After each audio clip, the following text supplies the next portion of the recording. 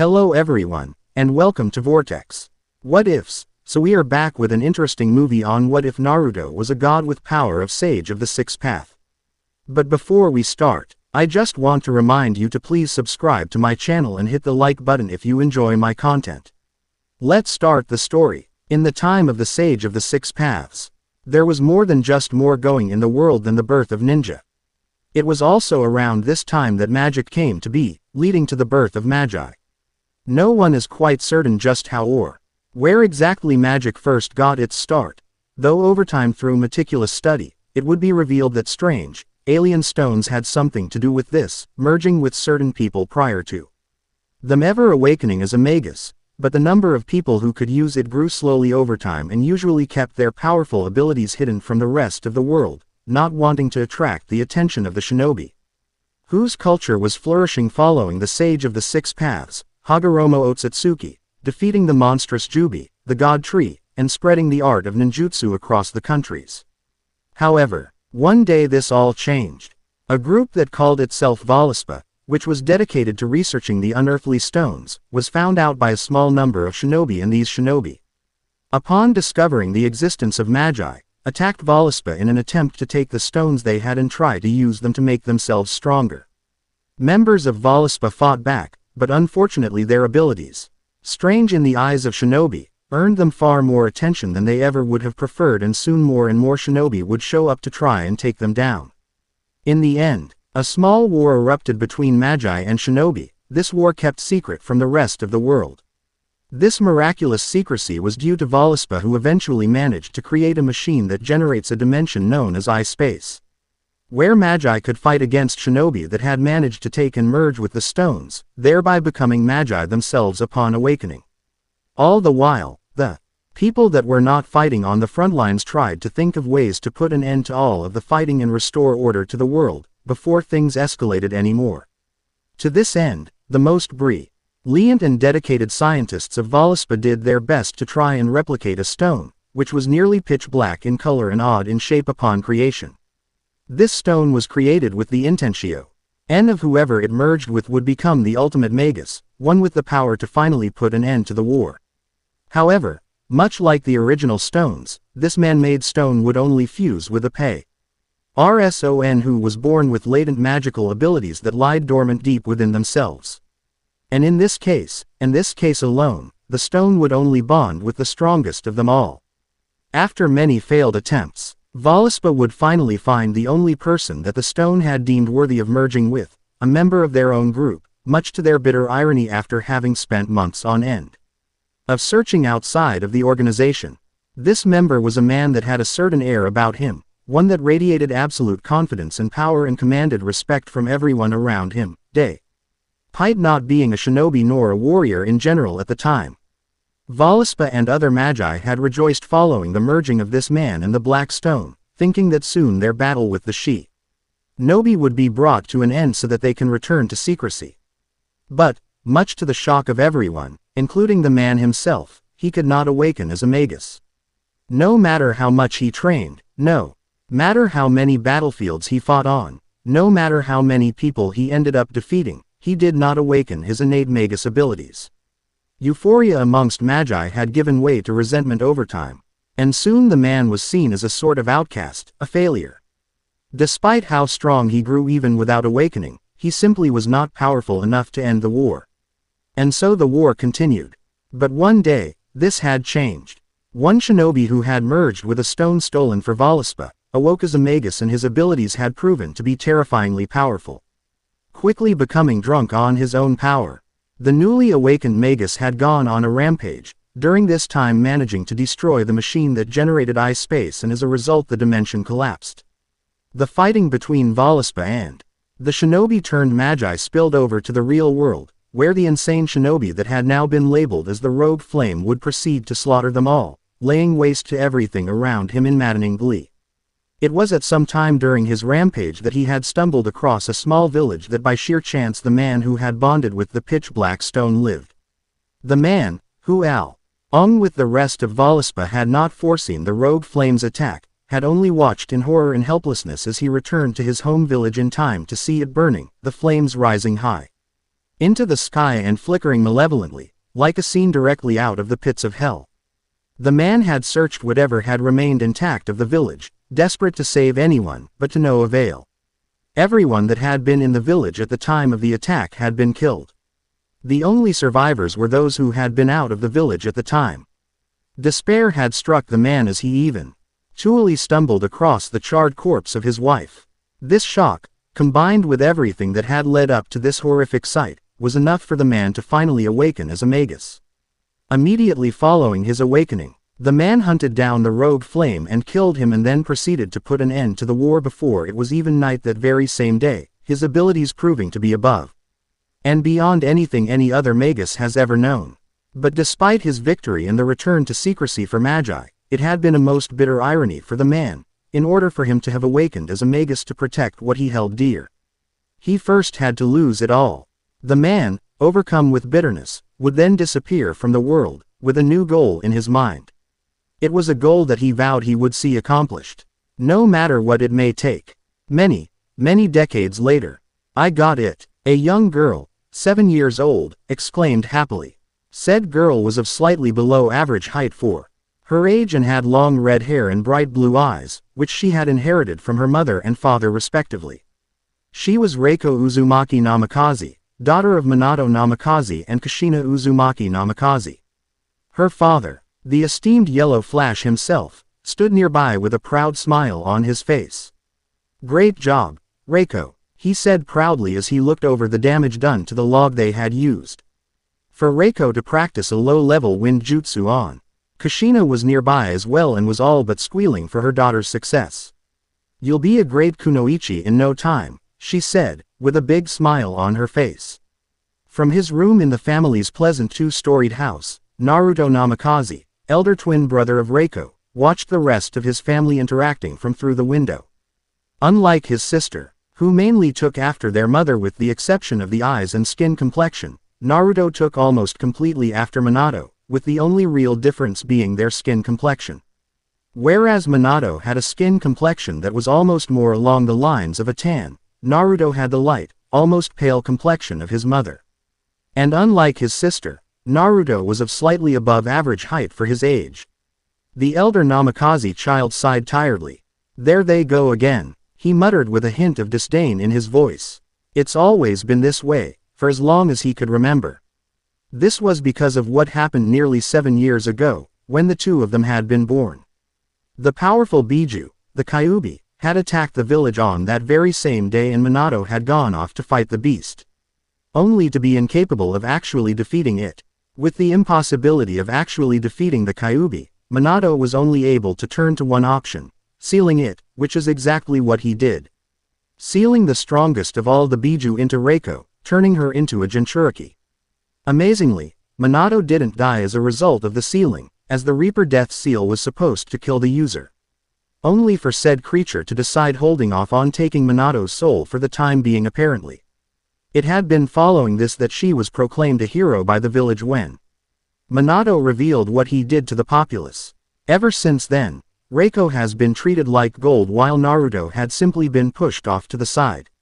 Even his own parents paid more attention to his sister over the years than they ever have to him. At first, this had greatly angered him and caused him great despair.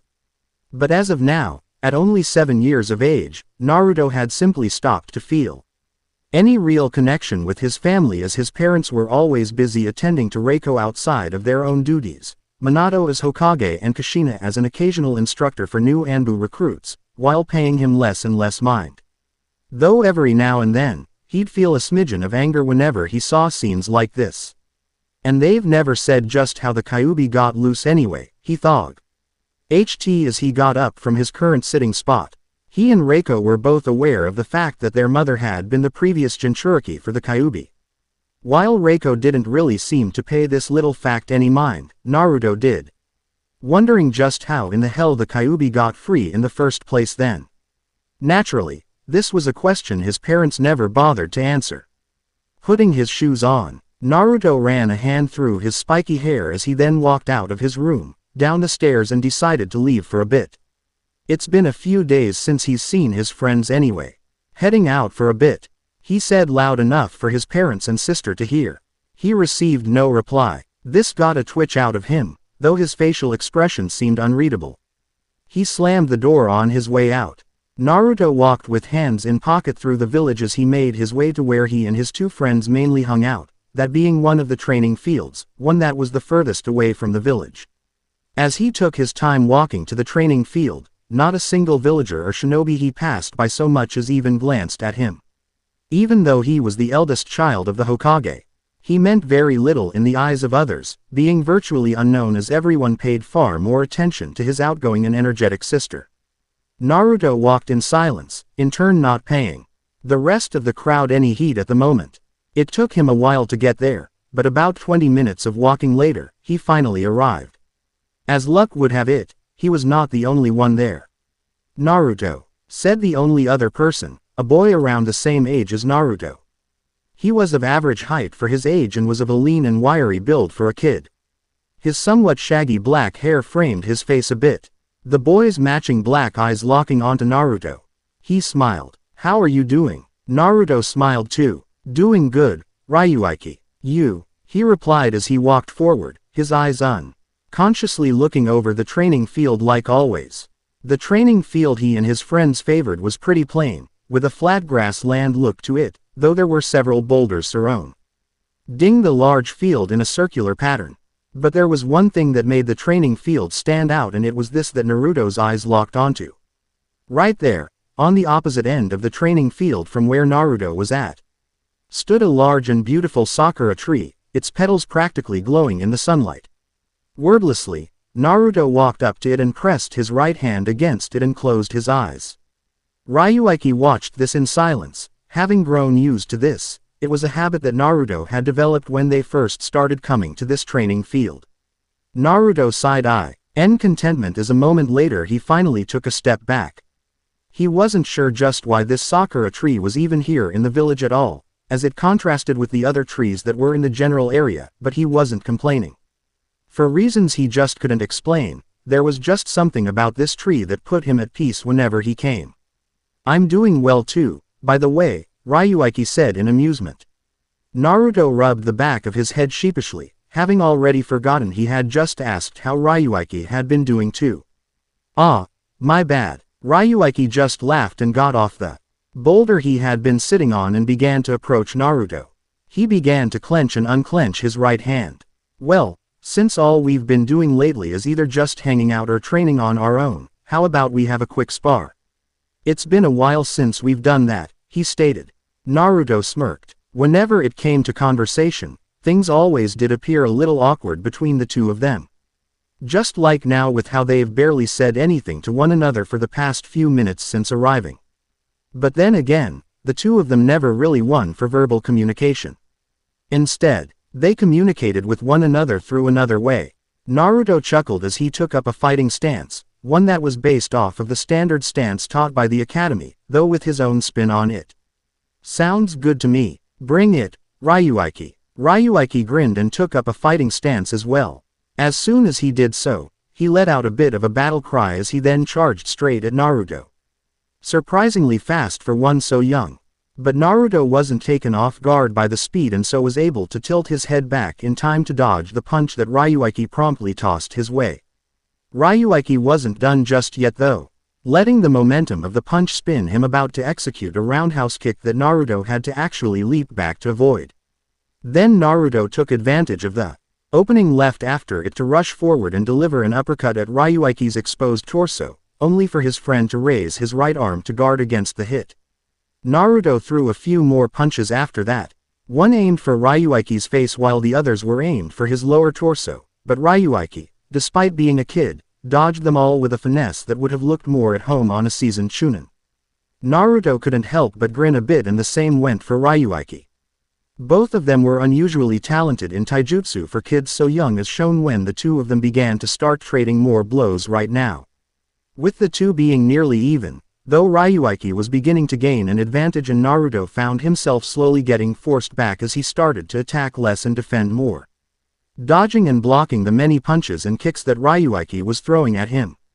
It got to the point where Naruto had no choice, but to roll out of the way as Ryuiki leapt a bit to do a fierce reverse roundhouse. The kick just barely missing Naruto. As he rolled underneath the airborne Ryuiki, Naruto managed to reach out and grab him by the leg and pull down. Ryuiki could only yelp in our prize before he crashed into the ground. Naruto then charged at him, but this was rewarded with Ryuiki quickly recovering and kicking him hard in the chest with both feet. Naruto gasped, losing air as he staggered back and fell, though he rolled to end up on his knees rather than on his back. He did this just in time to see Ryuiki leap to his feet, and Naruto spotted an opening as he did so. Shrugging off the pain as best as he could, he ran forward at Ryuiki. His friend saw this coming and threw a haymaker, but Naruto had in turn seen this coming too and moved low, spinning about, and smashing an elbow right into Ryuiki's side. Ryuiki's eyes nearly bulged out of their sockets from the strong and well-placed hit, and he stumbled back, clutching the wounded area. Naruto head forward a few steps and punched Ryuiki again in the midsection, nearly making him double over. Naruto blinked in surprise right after that as Ryuiki appeared to double over too much. Then our prize gave way to shock when Ryuiki somersaulted forward. OCR. He began only to get cut off as the back of Ryuiki's right shoe smashed into his face. Naruto was knocked back at a bit of an awkward angle, as though he did a backflip and failed at it. He groaned. "OWWW," he said, clutching his nose, which was now bleeding a bit. "That's my line," Ryuiki coughed out as he slowly got up. He wheezed as he rubbed the spots where he got hit. He then made his way over to Naruto and offered him his hand, which Naruto took and stood up. "You all right?" Naruto grinned despite the pain. "I'll heal. Times like these make me glad I'm an Uzumaki, strong vitality and all that." He paused as he began to wipe the dirt off his clothes. "You've gotten better." Ryuiki smiled a little cheekily, a bit of surprise as he was usually not the playful type. "So have you. Amazing what training can do for us if we really give it our all." Naruto nodded as he finished wiping off the dirt. "Yeah, that, and it's because of that scary bushy brows guy." He and Ryuiki shivered at that as they recalled the first time they met a guy, nearly a year ago or so. They had first met and started to train. The green jumpsuit-wearing man had been passing by at the time of them training one time and lent them a hand in their physical and taijutsu training, having been touched by their youth, i.e., the surprising intensity in which the two had put forth in their training at that time. Every now and then, Konoha's green beast would seek them out to see how things were progressing with their training. While his help was much appreciated, the two boys could go without the man's terrifyingly large eyebrows and obsession with youth. "Why yeah," Ryuiki muttered. He and Naruto respected the man greatly, but damn it if he wasn't an odd one. "Oh, you two are already here," a young girl's voice called out to them. Both boys turned to see a young girl, just a few months younger than them, entering the training field. Said girl was of average height for her age, with a skin complexion almost matching Naruto's. The girl had long brown hair currently tied back into a ponytail and light blue eyes. Currently, the girl was dressed in plain clothing, the kind one wouldn't have a problem with getting dirty. In her right hand, she carried a wooden sword. "Mickey, hey there," Naruto said with a smile as he waved to his other only friend. Ryuiki waved too, but didn't say anything, simply opting for a cheerful smile. "Mick." I simply looked at the two and took note of Naruto's nose, which was still bleeding. She also didn't miss the disheveled look of the clothes both boys wore. She simply giggled as she walked towards them. "Already sparred, huh?" Both boys looked sheepish. "Yeah, you know it. Shame you weren't here. You'd have seen me have Ryuiki on the ropes," Naruto bragged. Ryuiki shook his head and smacked Naruto lightly on the back. "Odd. That's not how I remember it just a moment ago. Maybe I hit you too hard," he said. The child of the Hokage rolled his eyes, as if, at this point, Mickey had gotten close enough to the boys for her to pull a small cloth out of her pocket and use it to wipe Naruto's nose, which took said boy by surprise. Mickey," she smiled a bit ruefully. "You did know you still had a bloody nose, right?" She wiped up the blood and then tossed the cloth onto one of the boulders. She made a mental note to wash the cloth later or something. Naruto rubbed the back of his head sheepishly. Ah, my bad. He glared at Ryuiki right after that as he heard the other boy chuckle. Ryuiki stepped forward a bit, eyeing Mickey's wooden sword. How goes the kenjutsu training? He asked. At that, Mickey sighed. Not too bad, but it'd be nice if I can pick up the training pace a bit more. Chu-san and Ka-san fret too much. She looked a little bummed. But there was a bit of understanding in her looks too. After all, it wouldn't do for someone so young to practice with deadly weapons. Ryuiki nodded in agreement, his eyes closed and arms crossed. Then he opened his eyes. In that case, care for a spar? I'm curious to see how good your technique is now. Mickey smirked and nodded. Ryuiki smirked in return and then looked at Naruto. How about it, Naruto? You want to spar again too? Naruto waved him off as he started to walk towards one of the boulders. Sure, after you guys are done though. The last time all three of us fought at the same time. Things got a little too out of hand, even for me at the time. His friends wordlessly agreed with that and thus proceeded to get to their spar. Both Mickey and Ryuiki took several steps away from each other, Ryuiki taking up his earlier fighting stance while Mickey raised her sword at an angle in front of her. Both of them had a steely look in their eyes, RK contrast to the semi-serious and mostly playful look that Naruto and Ryuiki had during their spars. The reason behind this was simple enough. Both Mickey and Ryuiki were essentially mortal enemies when it came to sparring. In Mickey's case, since she was so young and all she's focused on was kenjutsu so far in her short life, her taijutsu skills were horrible, and if she ended up with her wooden sword knocked out of her hands, then she has essentially lost, as she wouldn't be able to go against Ryuiki's far superior taijutsu. In Ryuiki's case, while he held the taijutsu advantage, Mickey had the range advantage due to the size and length of her wooden sword. And her skill with it was praiseworthy for one barely starting out in kenjutsu, so that just made her all the more dangerous. But what he was always worried about when sparring with her was her philosophy of kenjutsu being a deadly art meant to defeat the opponent as swiftly as possible. Because of this philosophy of hers, Mickey always goes for what could be deemed the ending blow, not holding anything back. And while this philosophy-turned training may not leave her with too much stamina since she always tried to end things swiftly, Mickey's strength was surprisingly great, being just a few notches below him and Naruto, so a direct hit from her is going to hurt a lot, to the point where he'll be wishing he had Naruto's constitution afterwards. It was a bit funny in a way. Mickey took sparring so seriously because of her own surprising philosophy and the belief that not ending it quickly could lead to defeat. Haria's Ryuiki took things so seriously because of Mickey never holding back and in turn always unconsciously not holding anything back either, leading to Mickey being on the offensive more to keep him from disarming her and so on. It was really one big circle in a way. Naruto sat down on one of the boulders, shifting around a bit as it felt rather unbalanced, like it might roll out of place if he moved too much. It was as he did this that his friends started their spar. As Ryuiki expected, Mickey immediately rushed forward, wooden sword held high overhead. With a yell, she swung down Fa. Saint enough that Ryuiki only barely managed to step back to avoid it. The young boy then moved a bit to his right and jabbed at Mickey, but she raised her sword in time to guard against it, Ryuiki's F. East smashing harmlessly into the wooden object. Undeterred by this, Ryuiki went low and performed a leg sweep, but Mickey lightly jumped to avoid it and swung her sword at an angle. Ryuiki had duck K to avoid the swing and rolled back after his failed attack, trying to put some space in between him and Mickey. But his female friend gave chase. Despite how serious he takes this, Ryuiki couldn't help but chuckle very briefly. Always on the offensive, he thought. Mickey spun around, arms extended as far as she can manage as she swung. It was once again dodged by Ryuiki and the boy retaliated against this with a high kick aimed for Mickey's chest. Just like he had done, Mickey dodged, but only barely, as she had to use the back of the wooden sword to slightly deflect the kick in the process. She then moved forward a bit and tried to smash the bottom of her sword hilt into Ryuiki's side, but he actually caught her arms before she could do anything and pushed her back.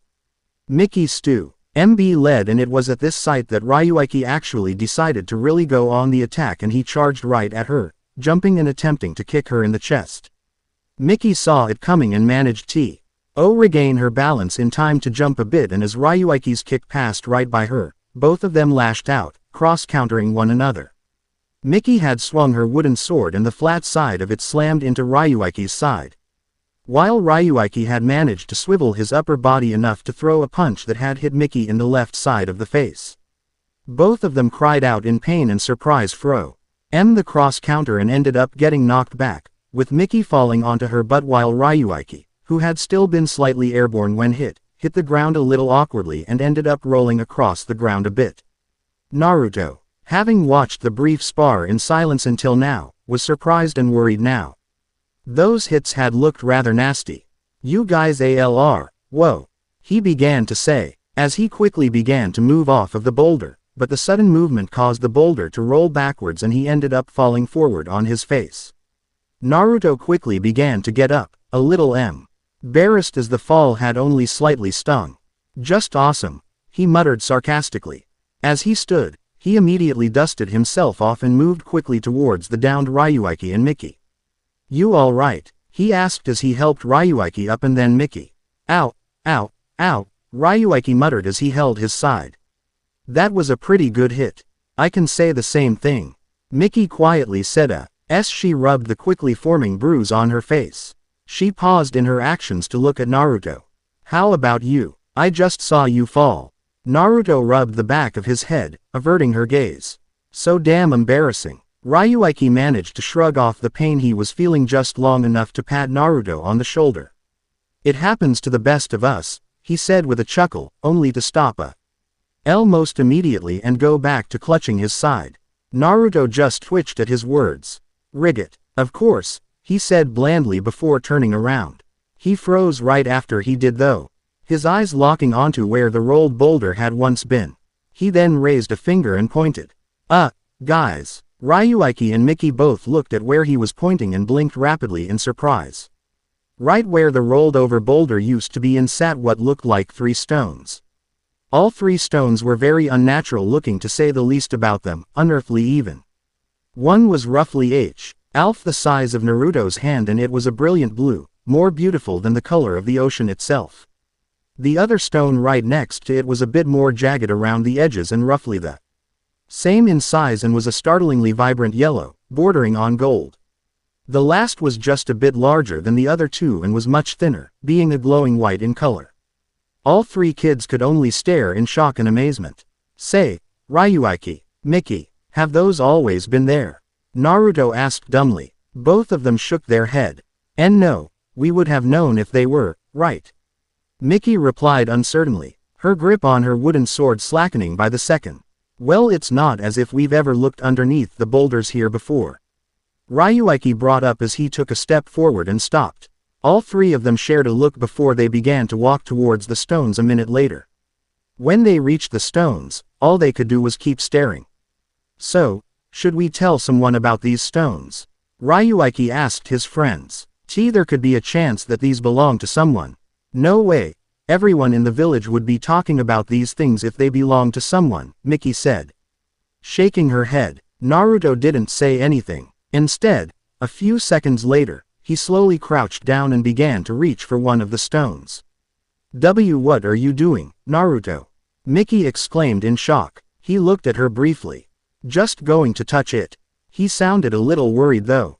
"And before you say it could be dangerous, just think, what else do we do? Just leave them here or something?" he asked. Miki, who was about to speak, closed her mouth quickly and began to think on that. It was true to an extent. There wasn't really anyone that they could tell about this, since they didn't know what they would tell them.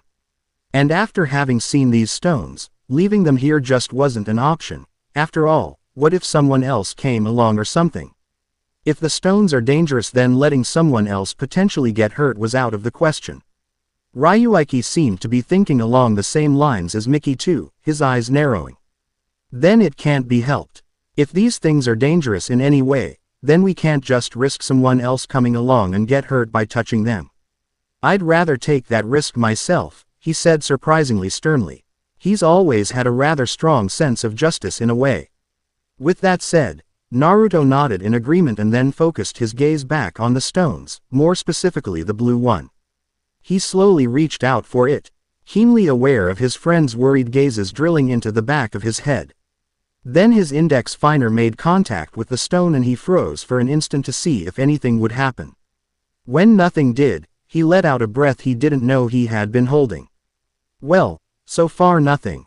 Ryuiki and Mickey seemed a bit relieved by this, but still pretty worried. Still, I can't just let you take this risk. Then without any more talk, he reached down and grabbed the yellow stone. I guess I'll take the last one then, Mickey said before she quickly grabbed the remaining stone, the white one from its spot on the ground. When they did this, Naruto fully took the blue one into his hands and stood back up. They all stared at their held stones keenly. It doesn't feel dangerous, Naruto spoke up. Then it appeared as though he spoke too soon as the blue stone in his hand suddenly began to glow, nearly blinding Naruto for a second. Whoa! Before he could even think to drop it, he saw the blue stone then float out of his hand and shoot straight into his chest. He staggered back, not from pain but surprise as the stone went rough his skin like a ghost through a wall. When that happened, he felt a strange feeling overcome him for a brief second, one that nearly made his entire body go numb solely from the shock of it. He fell onto his butt, his eyes wide. Naruto! Both of his friends cried out. But before they could do anything, the same thing ended up happening to them, the stones they held floating out of air hands and blasting forth into their chests. They fell to the ground just like Naruto did as the strange feeling overcame them. However, as fast as it had happened, the odd feeling disappeared. And now all three kids simply sat dumbstruck on their rears, trying to figure out what just happened. Are you guys alright? Ryuiki asked a few minutes later, all of them still trying to get their bearings. Why yeah, I think so, Mickey replied shakily. Naruto rubbed his chest at where the stone had seemingly entered him. Same here. He slowly began to get up, his legs shaking a bit. Damn, just what was that? Don't know, Ryuiki said as Naruto helped Mickey up. Mickey shot Naruto a grateful look for helping her up before she began to rub her chest just like Naruto had done. Well, it doesn't feel like something bad will happen, she said quietly. Only time will tell, I guess, Naruto said uncertainly. Ryuiki looked around the training field warily before looking at his friends. At any rate, how about we call it an early day and head back home? And if something comes up with any of us about this, we let each other know as soon as possible, he suggested. Both Naruto and Mickey nodded. Yeah, sounds good, Naruto replied. Same here, Mickey also answered. Then, awkwardly, all three of them began to head home, their thoughts caught up on what had just happened. Naruto in particular was worried over what had happened. He wasn't sure why, but he had a feeling that what had just happened would come back to bite them all in the ass one day. 10 years later, Naruto sighed as he stretched his arms.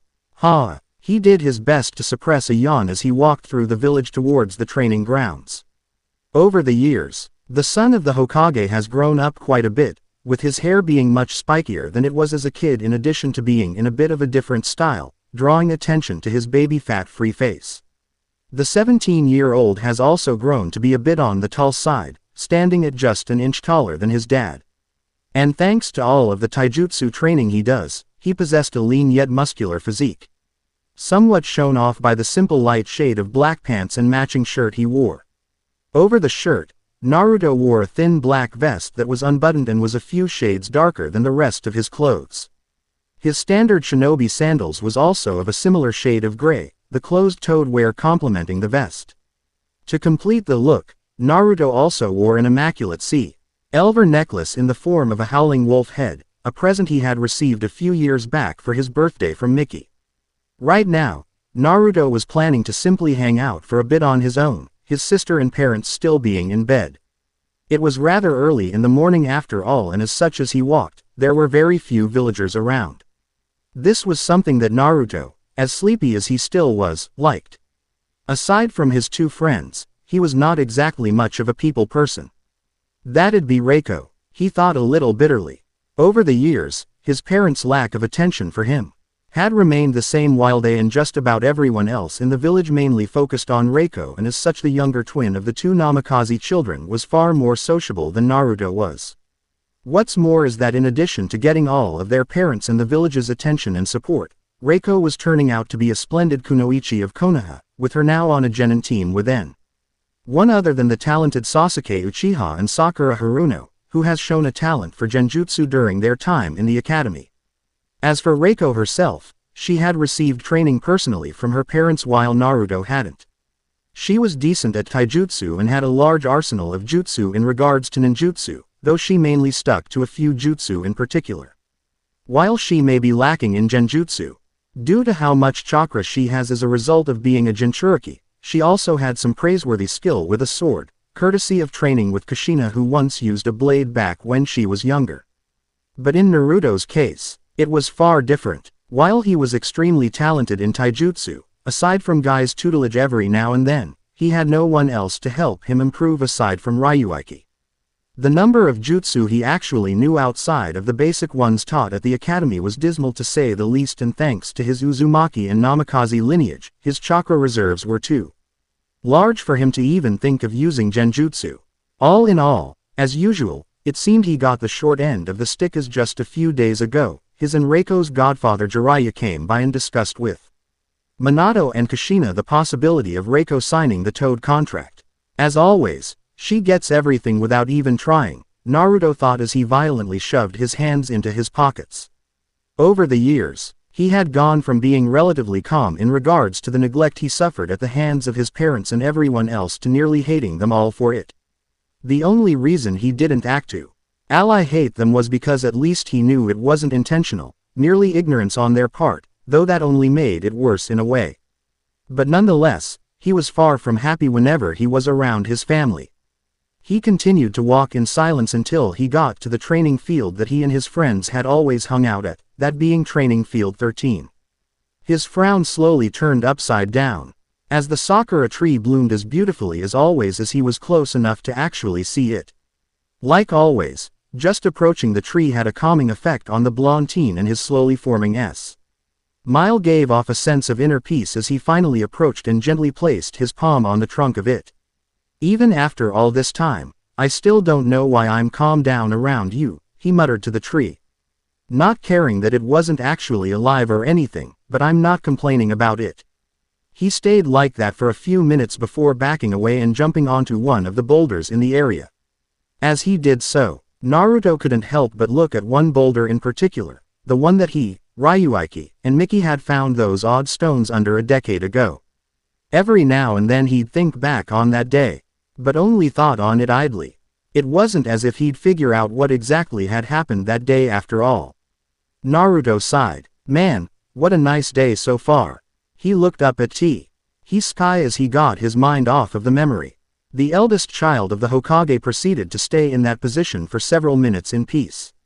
However, that peace was shattered, and done so by the one person Naruto hadn't expected at all. Having sensed this person's presence and recognizing it, Naruto got off of the boulder, his contented smile turning into a deep frown. He looked towards one of the nearby trees. What is it? This was all he demanded and nothing else.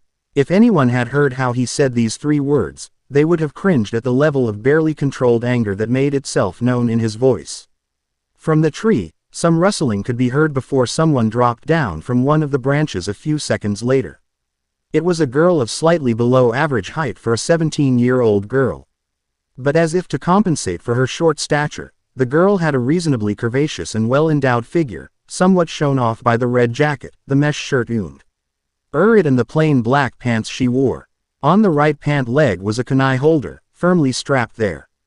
The girl's complexion had slightly more color to it than Naruto's own, which perfectly matched her red hair and bright blue eyes. It was none other than Reiko, Naruto's younger twin sister, all grown up and so far shaping up to be a beautiful and strong kunoichi. The girl was looking rather sheepish at having been caught, shown in the form of her almost nervously scratching the back of her head. Haha, you sensed me, Oni-chan, she said. Reiko. Naruto's voice was cold as he addressed his sister.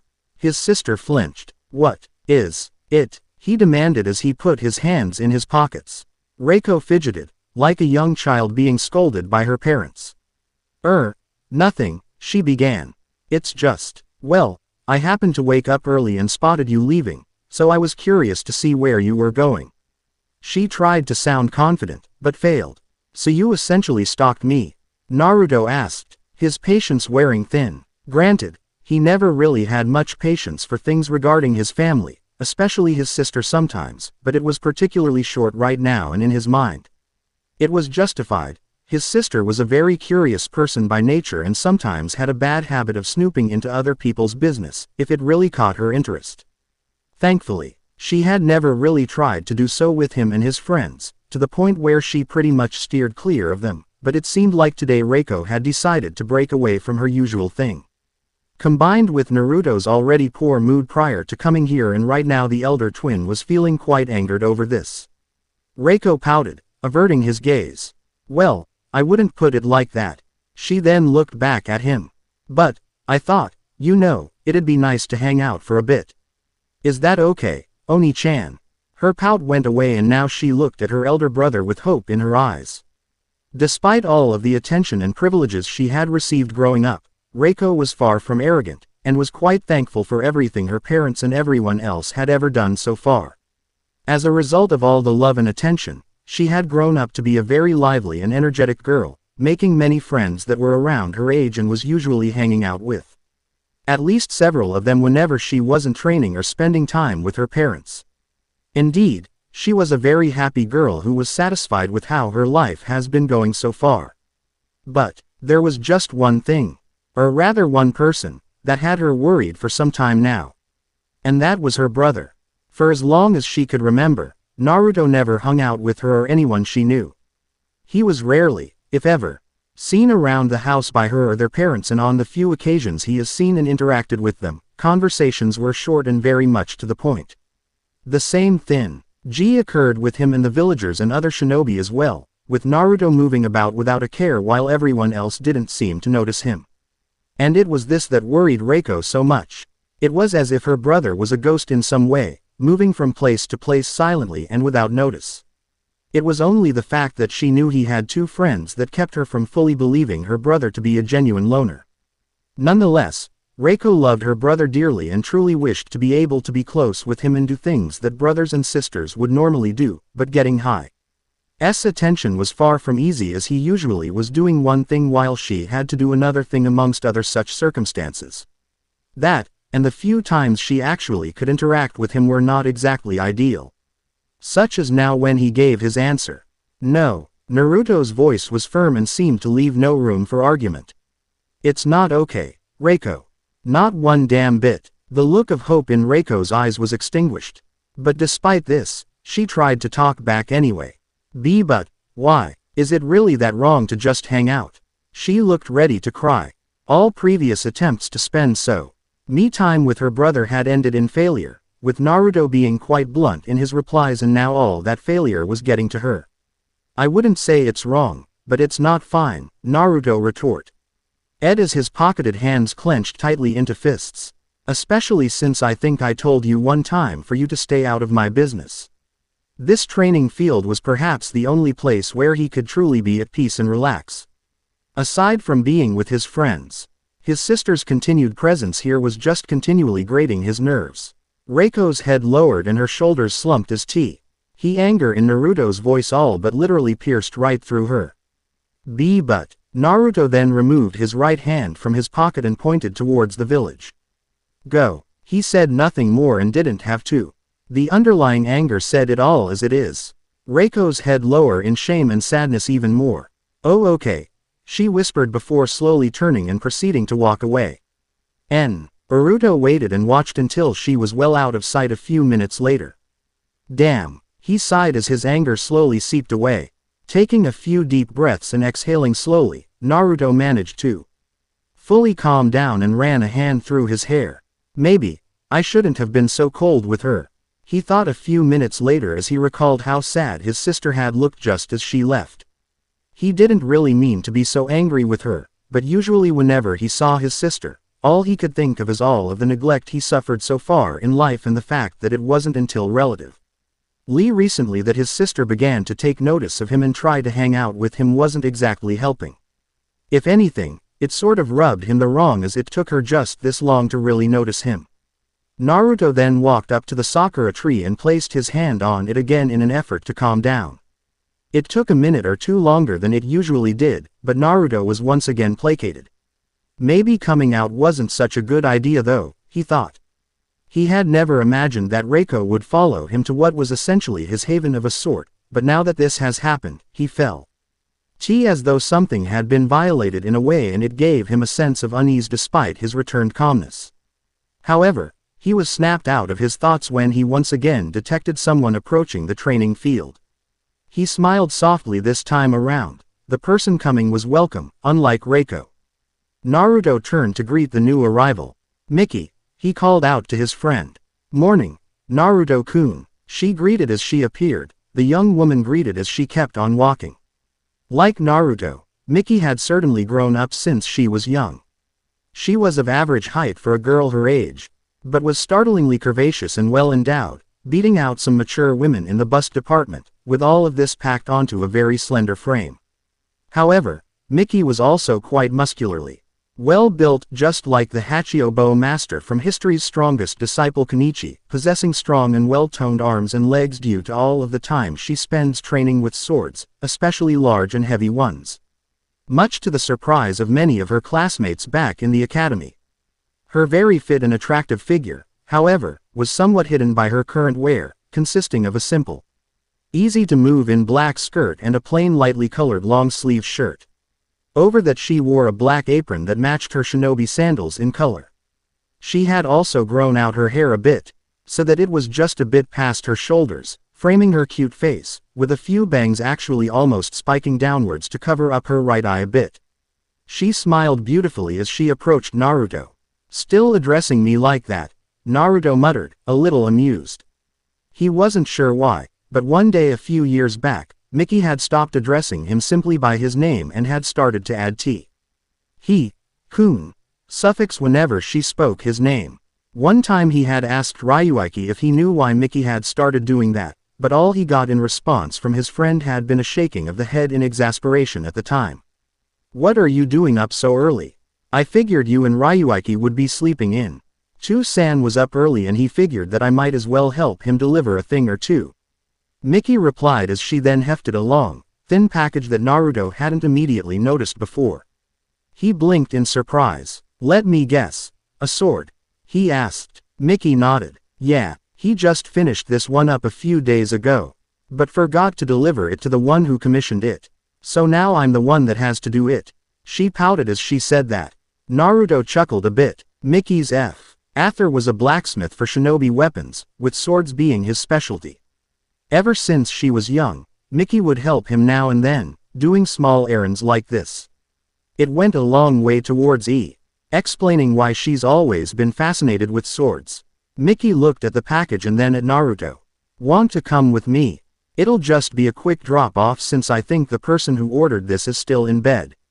"Sure." Naruto smiled wholeheartedly as he said this.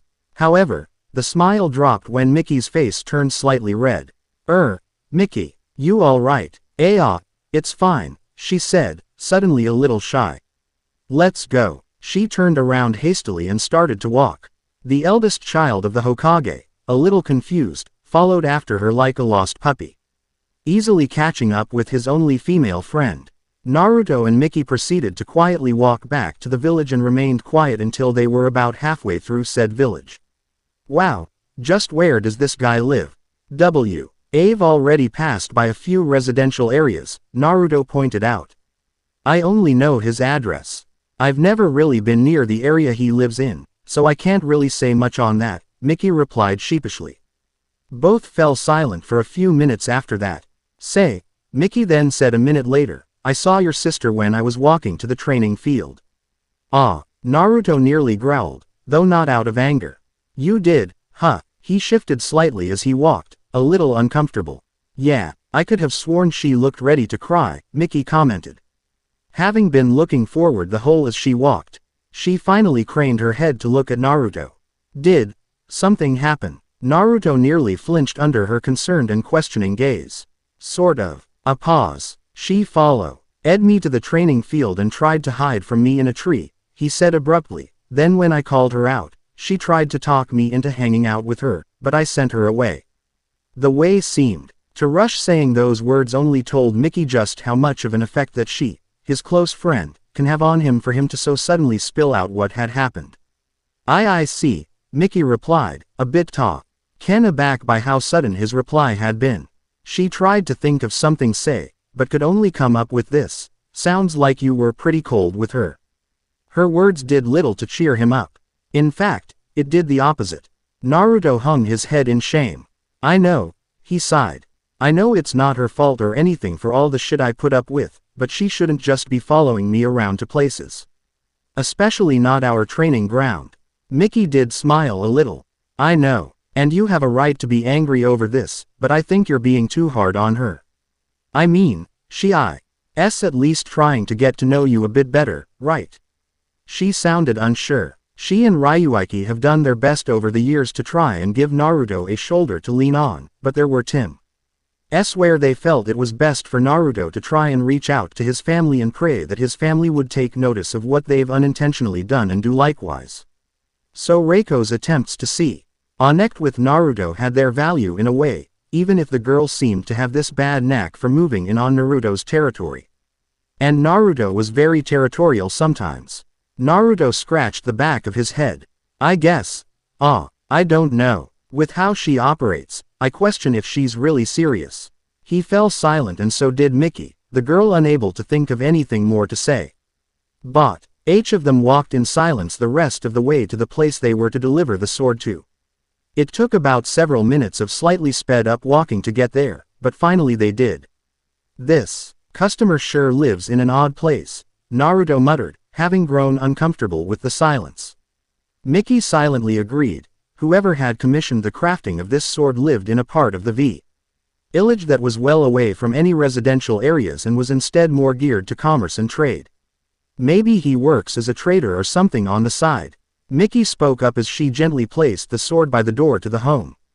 It was still a bit too early in the morning for anyone to really be up, so there were very few people around and thus Mickey wasn't too worried that someone would try to steal the sword. Only shinobi bought swords and no civilian in his right mind would try to take it from shinobi after all the waiting for the new weapon. Maybe, Naruto agreed, though he wouldn't say it aloud. He was beginning to get an odd feeling. It was as if there was something off about this place. He doubted that whoever paid for this sword to be made was actually asleep at the moment. Say, Mickey, Naruto then said with that in mind, just what kind of sword did this guy exactly ask for? He questioned as it occurred to him that perhaps there was also something to the sword. As she turned away from the door and started to walk away from the oddly placed house, she answered Naruto. It was nothing really special. Just a standard nodashi. A pause. But it was kind of odd.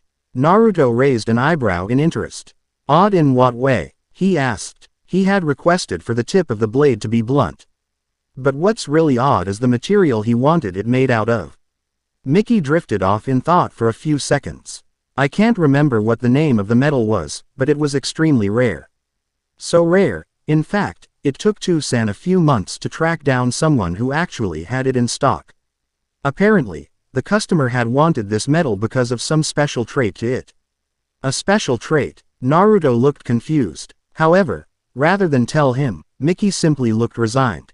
I don't know either. He didn't bother telling Toussaint what exactly he meant by that. Then she sighed and smiled. Well, at least that's taken care of. Now YBE I can go back home and sleep for a few more hours, it's way too early for me to be up. She stretched her arms as she said this. Naruto just shook his head, a smile slowly appearing on his face. Right, well, in that case. How about I walk you back home, Mickey's face turned slightly red again, making Naruto confused. Mickey. His friend suddenly faced away from him. It's nothing. Ellipsis. Okay. Naruto didn't sound too sure himself when he said that one word. Nonetheless, his confusion aside, he did indeed walk her home, the two of them chatting a bit on when exactly He should meet up to do some training since today was an off day for them. After all, He, Mickey, and Ryuiki were all one team. It took a bit of time to plan things out, but eventually, they had ECIDED to simply train on their own for about 3 or 4 days before having a group training session. Eventually, they had arrived outside of Mickey's house, in the form of a large 2-story building. The lower story serving as a weapons shop while Mickey and her family lived on the 2nd story. I'll pass this info on to Ryuiki later, I guess, Naruto said as he and Mickey stopped in front of the entrance to the shop. Sounds good to me. Then Mickey smiled. I wonder how the next spar between you two will go. What do you mean by that? Of course I'm going to win, Naruto proclaimed confidently. Mickey giggled as she knew that he didn't actually mean it. Despite all of the training both Naruto and Ryuiki had undergone since they were young, despite how often they spar, there has yet to be an actual winner. All of their spars would end in a double knockout or a simple stalemate, with neither able to land the deciding blow on the other. But then again, it wasn't as if two of them were going all out with the intent of killing each other or anything. Right, Mickey said, though there was a slight teasing undertone to it. Sure, you'll win. Hey, don't doubt me. Naruto pretended to pout. Mickey stifled a bit of a laugh. I never did, Naruto-kun. I never did. Naruto chuckled a bit too. I know. He smiled. A true smile, one that he doubted he ever show around his so-called family. I think it's time I head in, Naruto-kun. Before my parents actually get up, Mickey said a few seconds later after they had their little exchange. Right, Naruto took a few steps away from Mickey, his eyes not leaving her. Some things aside, that was a pretty nice morning walk. We should do that again sometime. Mickey, definitely. Naruto's smile grew slightly wider before he turned around and began to walk off, giving Mickey a 2-finger salute in the process, a gesture that Mickey returned in the form of a simple wave. Mickey waited until Naruto was well out of sight before she decided to head inside.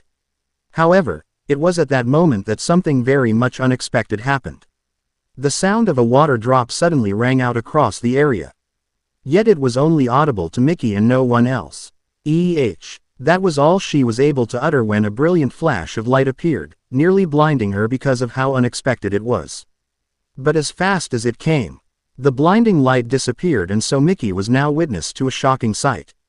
What? All around her, Konoha no longer existed. Instead, it was simply a vast, open space, devoid of anything. No buildings, no mountains or forest, no life. There didn't even appear to be a ground beneath her feet, giving her the impression that she was literally walking on space itself. Mickey, having never encountered anything like this before, responded to this by naturally looking very shocked and even a little scared, as this was definitely not a genjutsu from the feel of it. Which in turn meant that nothing she could do will break her out of it. What is? She began to stutter out as she looked all around her for a way out. She stopped her search before she could finish her sentence, leaping back suddenly when several figures, entirely shrouded in shadow, appeared as well. What? She thought as her right hand immediately moved to her side on instinct, intent on grabbing a sword to use. Only to not find one. She swore under her breath at that.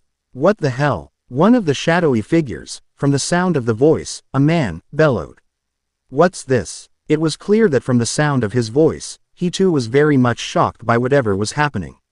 Mickey stiffened a bit as she had nearly reacted once again to the man's sudden bellow, She then began to try and calm herself upon noting that from the barely visible body language of the other shadowy figures that they too were in the exact same position as her. Oi, the same shadowy figure spoke up. The fuck is going on? He demanded of the others, Mickey included. When he got no immediate reply, he got angry. Hey, cow, I'm talking to you. Mickey glared at him. I don't know. Why are you asking me anyway? She shot back. You little bi. He started. Well, you guys are certainly loud. Annoyingly so, a new voice said, one that belonged to none of the other figures. In one synchronized motion, all of them turned to see that someone else had shown up too. And unlike them, he was not hidden by shadows, giving them all a good look at him. The arrival was young, no older than maybe 13, and was clearly a boy.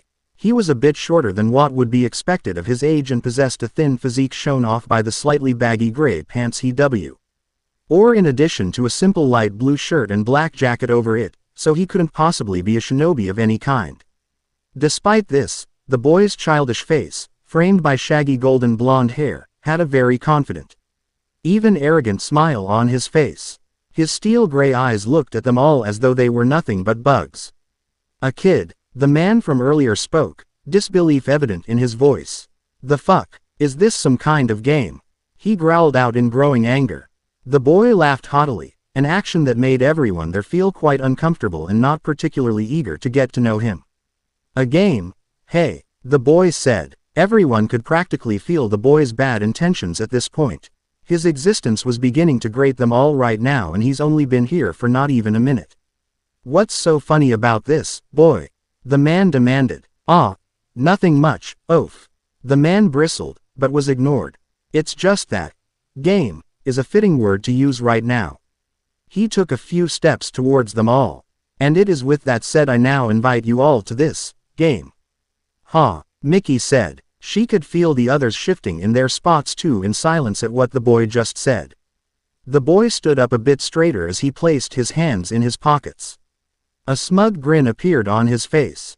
You 5 are but 5 out of 12 people selected by God to compete for a god's power. The boy's smug grin grew wider as he saw through their body language the shock of everyone there. If you win this game, then the power that you'll obtain will be nothing short of immense. Anything will be possible for you, even immortality. He looked at one of the shadowy figures as he said that and then looked at the man from earlier. And even the ability to resurrect someone, without any drawbacks. Mickey openly gaped at the boy, though she doubted anyone could see her do so. If she was right, then just as these people had their identities hidden from her, then it worked vice versa as well. That's impossible. You're just making this up. The boy snorted. Believe what you will, but it doesn't affect the reality before you. I'm Simp Lee, the messenger who has come to announce the start of this game. I believe it would be best if you would be a bit more detailed, one of the shadowy figures said, a female from the sound of the voice and a young one at that too. Possibly around the same age as Mickey from what the girl could tell. The boy glanced her way. Fine then, I suppose. He removed his hands from his pockets and spread his arms far apart as though to welcome someone into his arms. This world is where the participants, that being, us, shall fight as a part of Ragnarok. This is the world made by the ultimate magus, codenamed Odin. And it was Odin who gave me the position of messenger and game master for this game, and as a result, I can make a few changes to this world, whenever I want. And for now, all I did was simply remove it a bit more than it usually is from the rest of the world, he explained. Magus, another one of the unknown figures said, another man. The boy sneered at him. Ah, you don't even know that much. Very well, I'll enlighten you a bit. Mickey couldn't see the man's face, but she had the distinct feeling that he was very much angry over how this kid was acting. At some point in your lives, you all came across a sort of stones that have never really been seen before, he began. Mickey flinched at that as suddenly she found herself thinking back on something years ago. He doesn't mean, she thought. And these stones merged with you. The reason why they did is quite simple. They are designed to do so with certain people. Certain people who are born with innate magical abilities. He looked them all over before continuing. People, just like us. He smiled as he let the words sink in for them all. You see, people like us, who were born with these innate powers, are known as magi. However, we are unable to unlock our magical abilities on our own, for unknown reasons. But when these stones merge with us, they interact with our innate magical abilities so that when a time comes when we experience a moment of great trauma or are in a situation that would require a powerful will on our part, the stone will awaken our magical abilities, which will take on the form of a magical weapon. The boy looked back at the man who asked the question. And I'm sure you can guess the rest from there, he said. Magical weapon? Mickey asked tentatively. The boy then looked at her and leered. What? You've awakened as a magus quite some time ago, and yet you still don't know what it's called. How stupid are you? He taunted. Mickey's eyebrow twitched in annoyance, both at being taunted like this and at the fact that this boy knew about that particular fact. Indeed, Mickey was a magus. having awakened her magical weapon a little more than a year ago. It had been during a mission with her team, her fellow genin Naruto and Ryuiki. It had been a simple enough mission, to go and down a bandit group that had been threatening a nearby village. At one point during the takedown, the three of them had gotten separated and she was very nearly killed by several bandits. However, she had utterly refused to go down without a fight, and it was her strong resolve at the time against the surprisingly strong bandits that had awoken her magical weapon, and she had been able to defeat them, thankfully without using her at the time new weapon. Having been shocked and a tad bit frightened by the sudden change, she had kept this a secret from her two friends even until today. And yet, despite the lengths she went to in order to avoid having her magical abilities known, this boy had appeared to know all along. The boy chuckled. In case you are wondering about how I know, it's really quite simple. With my magical weapon, there is nothing that I can't possibly know or do. After all, it is my right as the true king to know all. Coo, a king you say? Shadowy figure who had asked about the term magus said. You are no king, little boy. Not in the slightest. The boy glanced at the man and sneered, though there was a bit of an edge to it this time around. If that is really what you think, then I won't try and change your mind. A king doesn't have to prove anything to anyone. Then he looked them all over. Now then, with that out of the way, I suppose it's time to actually explain the rules of this game a bit. After all, there is another matter that I have to deal with right after this. He closed his eyes for a moment before opening them a few seconds later. The sneer gone in favor of a small, almost gleeful smirk. The rules are quite simple really.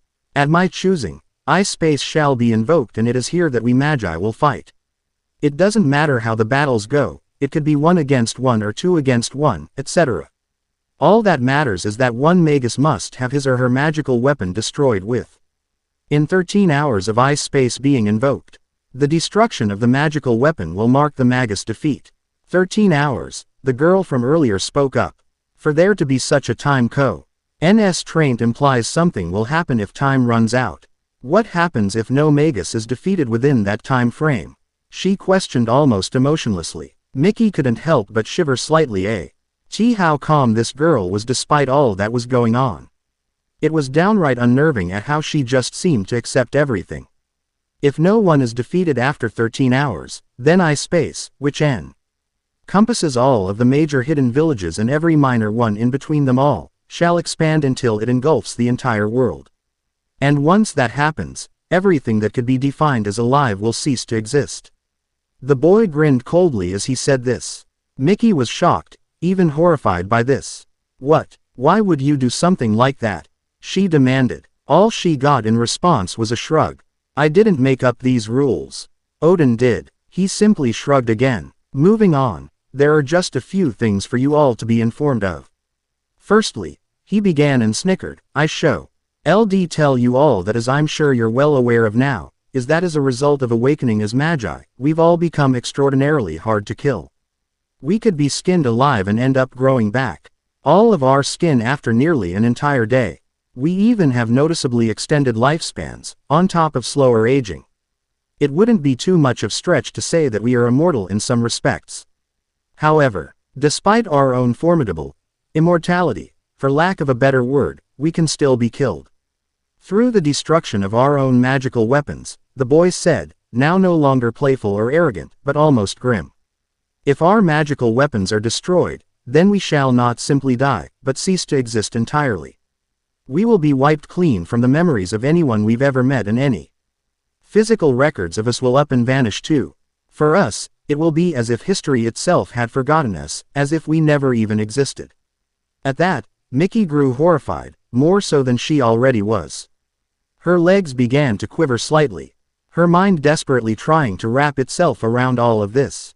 However, what the boy had just said was definitely not lost on her. If these rules really were as ironclad as he hints they are, then the only way to prevent the destruction of all life on Earth was to fight and defeat another Magus here in I-Space.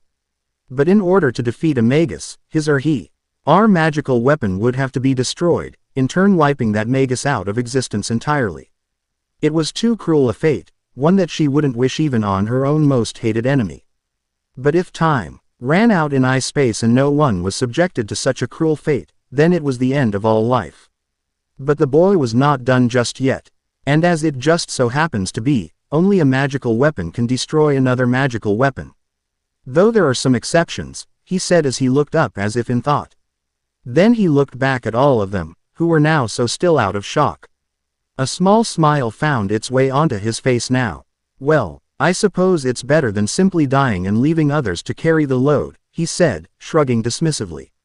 However, his voice carried something else to it that no one there could identify. And lastly, whenever a magus is defeated, that person's magical power will absorbed by the one who defeated him or her, thereby increasing the winner's mana reserves, the boy finally finished. Are there any more questions, plebeians? When he received no reply, either because they were all simply too shocked or horrified to speak up or simply because they really had no questions, the boy smiled and nodded to himself. Very well then. Well, it has been a bit of a bother to actually tell you all of this, but I suppose it couldn't have been helped. I am the game master after all. He put his left hand in the jacket's left pocket while he raised his right arm straight up. It's time for me to return you all back to the real world. Have fun squirming about until we fight, because whichever one of you is unlucky enough to fight me will definitely not be winning, he said haughtily. Wait, Mickey yelled after finding her voice. The boy looked at her, annoyed. But she didn't care one bit. You said that there were 12 people chosen for this horrific game. What about them? What if they haven't awakened as magi yet or been informed of this? The young game master chuckled. Not my problem. Besides, them not knowing about any of this will only make things much more entertaining when I start the game for real, don't you think? Mickey's eyes widened in absolute shock, only to then narrow. Her fists clenched tightly as she felt this powerful urge to hurt this kid, but she couldn't do anything about it. There as no ground for her to try and run across to get him. I don't know who you think you are, but you're already beyond forgiving. The boy's eyebrow twitched. Beyond forgiving? Me? Beyond your forgiving? You're forgetting your place, you big boobed cow. I am the king and you are just an insect, he retorted angrily. Oh yeah? Then how about you prove it? All you've done so far is just talk and gloat. Mickey shot back. She knew that she most likely shouldn't antagonize him, especially since she had no idea what he really was capable of in addition to the drawback of her own magical weapon, but she couldn't help it. She was pissed. The boy was silent for a minute while the shadowy figures simply watched in silence, one of them feeling rather amused by this. I am Takehiko. Wakahisa Takehiko. Remember my name, you wench, for perhaps one day, we really will see who is the supreme one. He then addressed everyone else. Until then, plebeians, try not to use your magical weapon outside of I-space. The last thing I feel like putting up with is the attention of all those pathetic shinobi on us. And then he snapped the fingers of his raised right hand and the blinding light from before appeared once more. A second later, the light faded and Mickey blinked, stupefied. She was back in front of her home. She whirled around, cautiously looking to see if perhaps there was a surprise lying in wait for her. When there wasn't, Mickey sighed slightly in relief, but her mind was still very much chaotic from all that had just been said by that Takehiko kid. She gulped as a bit of sweat formed on her forehead. Her hands clenched tightly into fists, so much so that her arms shook almost violently. But she eventually managed to calm down a minute or two later, taking deep breaths to clear her mind, closing her eyes in the process as well. And when she opened them up once more, there was a look of complete determination in her eyes, such that even the most powerful of Jonin would be frozen to the spot if they had spotted this. She had resolved herself. No matter what happened, she wasn't going to let this ritual or whatever it really was hurt anyone else. Even if she had to fight her way through 11 other people, she would not let this ritual do anyone else harm. On this, she swore that she will do her best to survive and win. And then perhaps use whatever power the winner has promised to try and undo any damage done. With this resolution now all but literally carved into her soul, Mickey entered her home to try and prepare for whatever would come next. Kushina sighed as she got out of bed and went downstairs. The reason why she was sighing was because she had gone to her children's bedrooms to wake them, but found said rooms empty. Looked like they had woken up even earlier than she did. Well, I guess it's a good thing they have that kind of energy, she thought with a bit of smile. As she walking downstairs and began to head to the kitchen to start making breakfast, she blinked in surprise when she heard the front door sliding open followed by the sound of light footsteps coming down the hallway and into the living room area. Kushina quickly exited the kitchen in time to see her daughter turn towards the stairs. The redhead was more than just a bit taken aback by the look of shame and sadness on her face. "Reiko," she called out. Her daughter paused mid-step and turned to look at her. "Oh, morning Ka-san," even her voice sounded quite sad. Kushina walked up to her. "Reiko, honey, what's wrong?" she asked, looking a little worried. Her daughter was always a very lively and upbeat girl. For her to look sad and this sad it was a little startling. Reiko shifted a little uncomfortably as she looked away from her mother. "It's nothing, Ka-san." Kushina knew better. "Reiko." Now her voice held just a bit of steel to it, all but ting that lying just wasn't going to cut it with her. "It's definitely not nothing that is bothering you." The young girl lowered her head a bit and was silent for a moment. Well what?" Kushina gently questioned. Reiko lowered her head a bit more. "It's Oni-chan." Now Kushina looked a bit taken aback. "Naruto. What about him?" she asked, genuinely confused. Did her children get into some sort of argument? "I just wanted to hang out with him was all, but Oni-chan turned me down," Reiko said sadly. Even now, after taking her time walking back home, her brother's words rang in her mind. The cold tone he had talked in all but pierced her soul. Was she that much of an annoyance to him? Was the idea of two siblings being around one another that repulsive to the elder Namikaze child? Kushina looked at her daughter in surprise. She hadn't expected that. Why would her son turn down a chance to spend time with his sister? As far as she knew, it wasn't as if Reiko did anything that would annoy anyone. Is that so? Kushina began, unable to think of how to reply to that. This wasn't what she had expected to hear. "I'll be sure to have a talk with Naruto then, whenever he comes home." She knew it wasn't much, but it was the best she could come up with. Then, she smiled a bit, in an attempt to try and cheer up Reiko a bit. "How about some breakfast? What would you like to have?" "I'll make you what you want," the wife of the Hokage asked her daughter, switching gears as fast as possible. Reiko simply turned away from her mother and started to walk up the stairs. "Sorry, Ka-san. Not really hungry right now." She muttered this just loud enough for Kushina to hear before she reached the second floor and began to head for her home. Kushina was just about to call out to her when she heard her daughter open and close the door to her room. What was that all about? She went to the kitchen, but rather than start on breakfast, she simply sat at the dining table, deep in thought. So deep in thought was she that she didn't realize how much time had passed by until Minato came downstairs. "Kushina, what's wrong?" her husband, the Hokage, asked. Minato." Kushina didn't really know where to start. Minato just blinked at how Kushina's voice sounded, so quiet and contemplative, a far cry from the more vibrant way she spoke. He motioned to upstairs. "Just checked on Reiko. She looked pretty down. Is there something wrong?" he asked again. Kushina then proceeded to tell him what Reiko had told her. A few minutes passed by as this occurred, Kushina taking her time in telling her husband how Reiko had acted and such. By the end of the very brief news, Minato looked just as surprised as Kushina had by what Reiko had told her.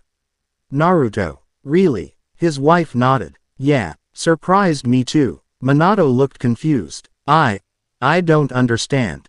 Why would Reiko look so sad over that?" he questioned. He was having a bit of a hard time imagining why Naruto would refuse to spend time with his own sister and apparently to reject her so coldly if the forlorn look on Reiko's face was anything to go by. Kushina just shrugged helplessly. "I wish I knew." Then a pause. "Well, one thing is for certain. I plan to have a talk with him whenever he gets home," she said, sounding determined to do so. Once she sets her mind to something, she's going to see it through to the end. Minato rubbed his chin. "Yeah, we will have a talk with him. But," he looked at Kushina, "just how do you plan to start talking with him? It just occurred to me that he's not really home that often, at least when we're around." Kushina sighed. "That is a good point." Then she looked down a bit. "Come to think of it, I can't really recall him eating dinner with us recently as well. You think maybe something is going on with him?" she asked her husband. Now it was Minato's turn to shrug. "I honestly don't know." Neither of them were aware of the true reason why, that they had all but neglected Naruto for a majority of his life. They had been so intent on training Reiko to control the power of the Kyuubi and making sure she is also strong enough to defend herself. As a Jinchuriki and the daughter of the Hokage and an Uzumaki, she was a prime target for kidnapping and potential assassinations, that they failed to take notice of Naruto, even as the boy had once upon a time tried to get not just their attention, but also the attention of everyone else. But the boy was quiet by nature, and with his sister being the exact opposite of quiet, it had been easy for both Minato and Kushina and even the rest of the village to grow incredibly accused to focusing on Reiko while almost completely ignoring Naruto. Kushina huffed and crossed her arms across her chest. This feeling of not knowing what was wrong was bothering her. "Well, I guess that's something else I can talk with Naruto about," she muttered. Minato nodded. "Right." He then looked at a clock nearby and began to stand up. That time already, he began to head to the front door, getting his shinobi sandals along the way. "Time for me to head to the office. I'll also have a talk with Naruto too if I happen to bump into him," he said, smiling in what he hoped was a reassuring manner. It must have been so, as Kushina slightly cheered up. "Okay." She got up and she and her husband kissed briefly before he left. But after Minato left, Kushina's small smile dropped. Despite Minato's words, she still felt a little perturbed. "I sure hope nothing bad is going on with either of my kids," she thought. At any rate, all she can do now is simply wait for Naruto to come home and just hope for the best. With this in mind, Kushina decided to head back upstairs for now. Elsewhere in the village, Naruto walked about, with no real destination in mind. Since today was an off day for his team and they wouldn't be meeting for a few more days, he was pretty much free to do as he pleased. "Well, I still have to pass this news along to Ryuiki anyway," he thought as he ran a hand through his hair. Still, even with this self-imposed task of telling Ryuiki the little meet-up he and Mickey had planned for them, he really had nothing else to do. He could train, true, but he felt that he could wait until perhaps the afternoon to do that. It'll give him a reason to stay out of the house at any rate. But until then, there was really nothing else he could do. He could go around to the shops and see if anything catches his eye, but this held little appeal for him as there was very little that shops could offer that'll actually catch his attention. He could head to Konoha's public library and see if there's any new books, but that'd simply be a waste of time as he was a bit picky about what he read and he already had all of the new books that intrigued him. Then he stopped walking when something occurred to him. "I have no damn life," he thought in equal parts shock and anger. Outside of training, missions, and hanging out with Ryuiki and Mickey, he literally had nothing else to do. Naruto set his teeth, his fists clenched tightly, but just as quickly as the rage came, it disappeared, leaving him feeling a little solemn. A little too late to be angry about that, I guess, he thought. He started walking again, this time, with a destination, a spot that Ryuiki would like to go to. Sometimes whenever he wasn't training as much as Naruto did, Naruto figured that if Ryuiki wasn't there, then he'll try Ryuiki's place next. It took him a little more than half an hour to reach the place. He was in no particular hurry, but he finally reached it, the Hokage Mountain. And sure enough, he spotted Ryuiki sitting on top of the first Hokage's head. Though Naruto's footsteps were unbelievably quiet, Ryuiki still appeared to have heard them. "Naruto," he said. One could practically hear the smile in his voice. "Morning." "Yo, Ryuiki." Naruto smiled too now. Yuichi turned around to look at him and even stood up. Much like Naruto, Ryuiki had grown over the years and possessed a very lean yet muscular build from all of the taijutsu training he did. Nding at just a few inches shorter than Naruto, Ryuiki was dressed in a plain white shirt with an open short-sleeved black button-up shirt over it. He wore military green pants and black closed-toed shinobi sandals. Ryuiki's black hair had also slightly grown and also become a little more messy than it was as when he was young. He put his right hand in his pocket while slightly motioning with his left hand, drawing attention to the black glove he wore on it. "You're up and about earlier than usual," I figured there was no point to just lying around in bed as all, Naruto replied. As he kept on walking towards his friend. The same could be said to you though. Ryuiki just smiled. Like you, I didn't see much of a point to staying in bed. Besides, today is an off day for us. So I might as well do something, right? True. Naruto walked past him a bit and took a moment to simply enjoy the sight. Standing atop the first Hokage's head on the mountain gave an excellent view of the entire village. Combined with the still rising sun, and it made for a view that would put any painting to shame in beauty. Ryuiki moved next to him and the two proceeded to simply take in the view. Mickey and I think we should meet up in a few days for our next group training session, Naruto finally said after a few minutes of silence. Until then, we can just do whatever we want on our own. Ryuiki merely nodded, an action Naruto saw out of the corner of his eye. The two of them remained silent for a little while longer. So what is it, Ryuiki? Naruto asked, having the feeling that his friend wanted to ask him something. Nothing much. Just wonder if anything is bugging you is all, Ryuiki said without taking his gaze off of the village. Nothing's bugging me right now. A pause. Though Reiko did try to hang out with me earlier. Ryuiki knew Naruto well enough to know almost exactly how that would go. Yeah, Naruto didn't have to say anything more. Ryuiki looked at him. Since you already talked to Mickey, I take it she already said something that I would have said in this situation. When Naruto nodded in confirmation of this, Ryuiki simply smirked almost mirthfully. He and his friends knew each other too well sometimes. Yeah, still, being told to give her a chance isn't exactly going to make me want to rush and let her cling to me or anything, Naruto sighed. I know, Mickey and I are just trying to help, Naruto, Ryuiki replied. Yeah, I know that.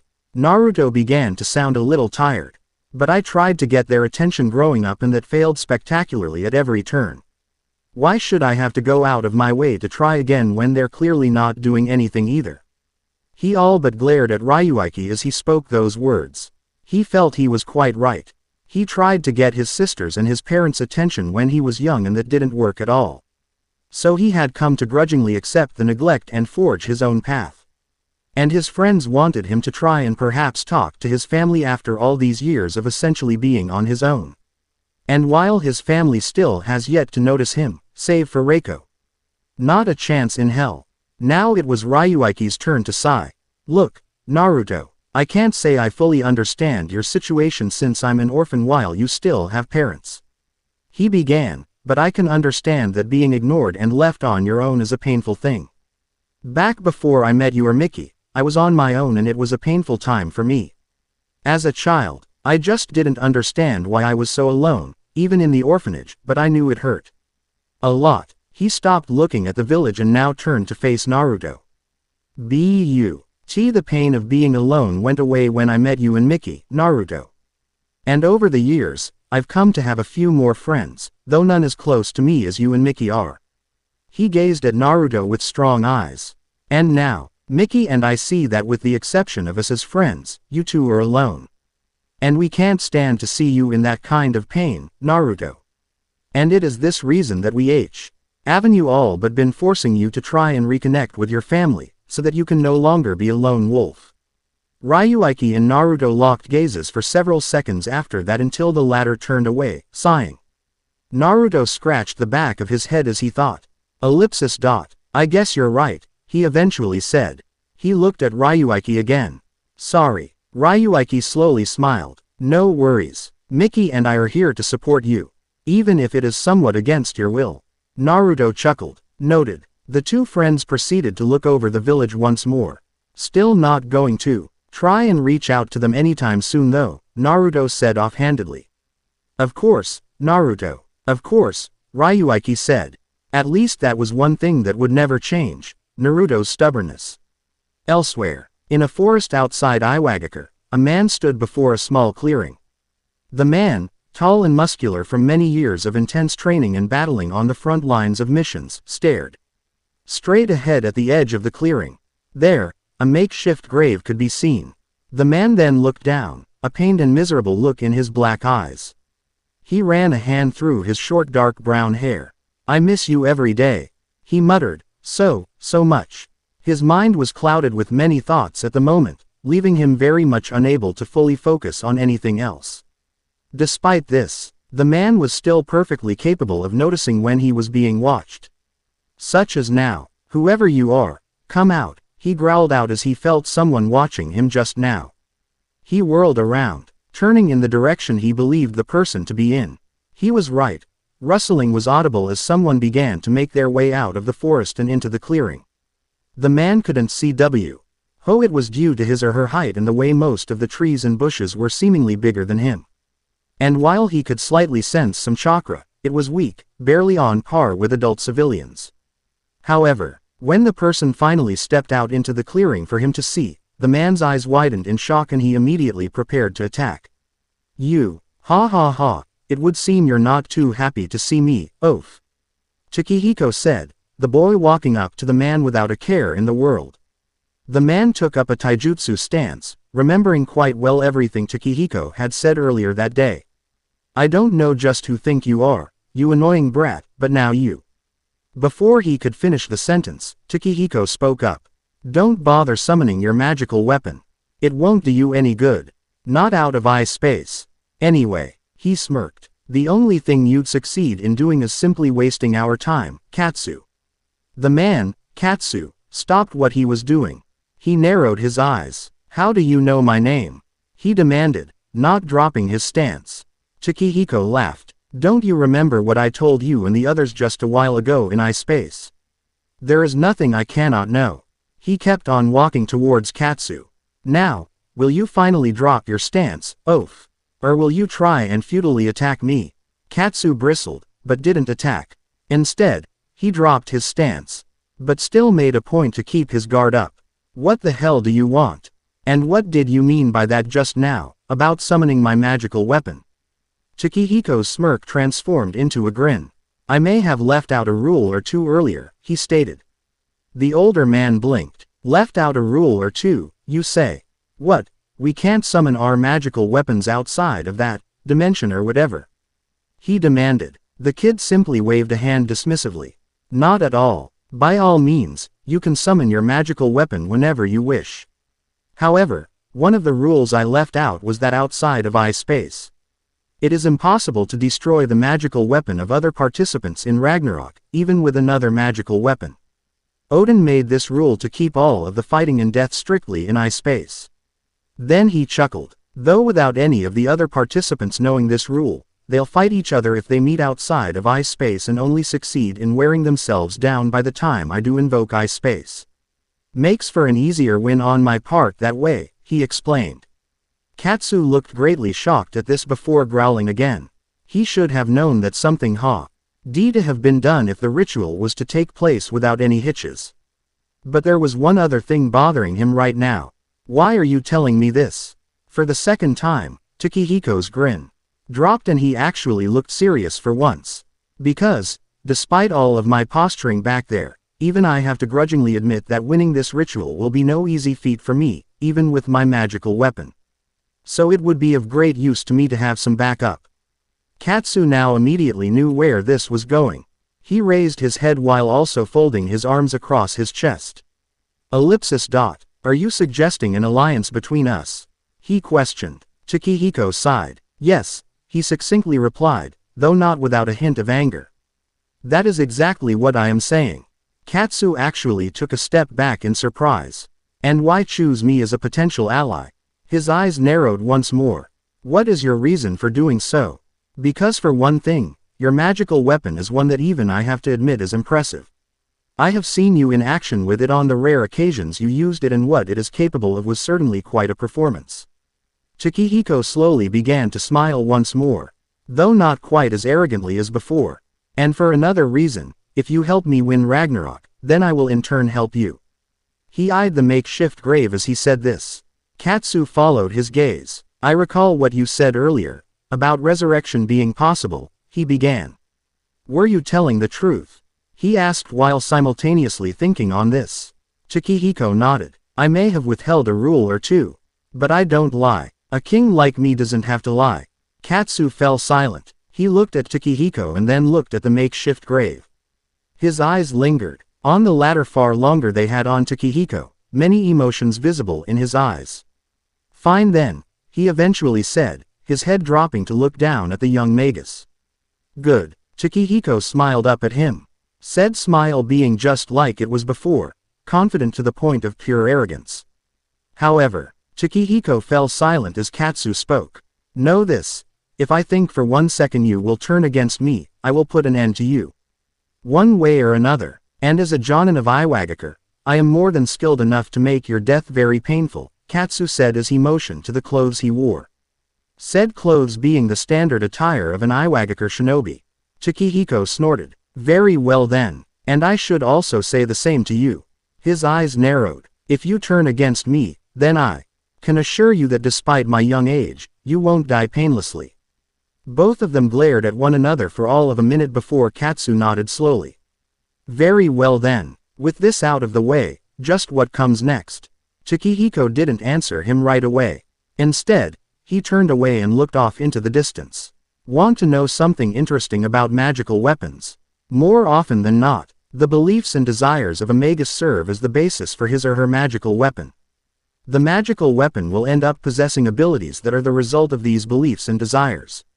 He looked at Katsu. I'm sure you may have noticed this given your own desire and what your magical weapon is capable of. Yes. His new ally simply looked confused. Ellipsis. Yes, I have noticed that, if only in passing. But how does that relate to my question? The boy smirked, even chuckled. Because of my beliefs, my magical weapon allows me to easily keep track of all the participants in Ragnarok. It is how I found you so easily. Of course, my magical weapon is capable of much more than that, but that is not the point I'm trying to make here. What I am saying is that I am always up to date on where all the participants are. His smirk became positively vicious. And right now, one participant is heading towards Hinokuni, where 2 other magi currently are. Katsu hummed an acknowledgement as he folded his arms across his chest. I see. Then you plan to start this ritual for sure. Oh yes. Takehiko looked in the direction of Hinokuni, his smirk never wavering. I'll give the 3 a few days for them all to be in relatively the same spot. Then, we'll start this game. Elsewhere, on a path that leads past a small village, a young slender girl could be seen walking there. She appeared to be no older than 16, with pale skin and long pale blonde hair that went down just a bit past her shoulder blades. She walked oddly, almost limply, with a mesh shirt she wore hanging just a bit off her shoulders. She wore a small coat over it that gray in color, which happened to match the color of the shorts she wore. The black thigh-high shinobi sandals the girl wore also somehow clomped on the dirt road. The girl stared straight ahead, her dark red eyes showing virtually no emotion. Her stare was so chilling that any passer-bys on the path would avoid her, shivering as they passed her, as if death just washed over them.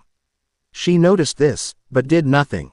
She had far better things to deal with, like finding the other magi party, sapatting in Ragnarok so that she can fulfill her wish. And with this thought in mind, the teenage girl continued her trek to and through Hinokuni. Naruto fumed as he walked down the dirt road, his teeth set in much irritation. It had been a few days since his little chat with Ryuiki atop the Hokage monument, and already he found the idea Ryuiki all but preached to him of slowly opening up to his family to be a very hard task.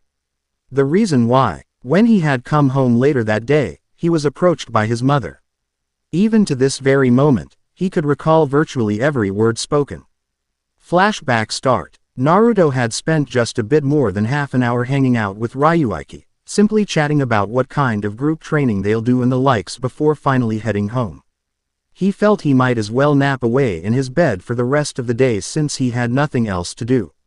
However, when he got home, he was quite surprised to see Kushina sitting at the dining table, a serious expression on her face. Ka-san, Naruto eventually greeted after getting over the surprise. Naruto. Kushina's voice sounded just as serious as she looked. It made Naruto blink in surprise. Where were you? She was rather surprised to see Naruto back this early, though she considered it good fortune since she had just come back downstairs barely a few minutes ago to wait for him. Nowhere really. Just out, Naruto replied. He was starting to get a little confused. He would often go days and on rarer occasions, weeks at a time without much of a conversation with either of his parents.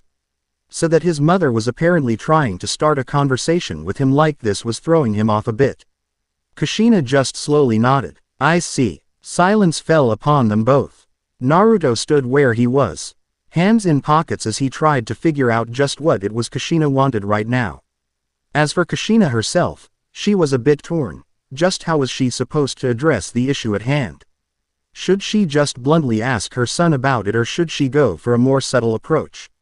Should she try and chat him up calmly for a bit before slipping in a question or two about what happened with Reiko?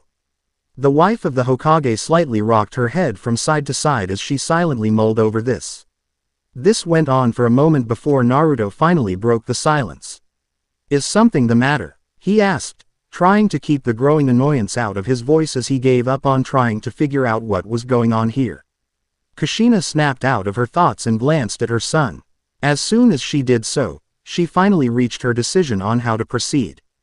Being an Uzumaki, subtlety was never her strong suit, so she went with her usual approach to things.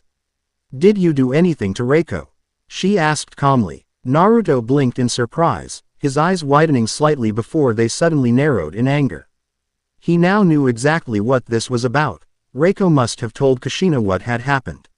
No. Kushina now narrowed her eyes at her son, feeling a little skeptic. There had to be a reason why Reiko had looked so sad. Reiko came home some time ago, looking crushed. She said you turned down her offer to spend time together. The eldest Namikaze child did his best to keep a growl from escaping his throat. Yeah, that did happen, he muttered. Just loud enough for her to hear. Why would you do that? Kushina asked him. She just wanted to spend some time with you.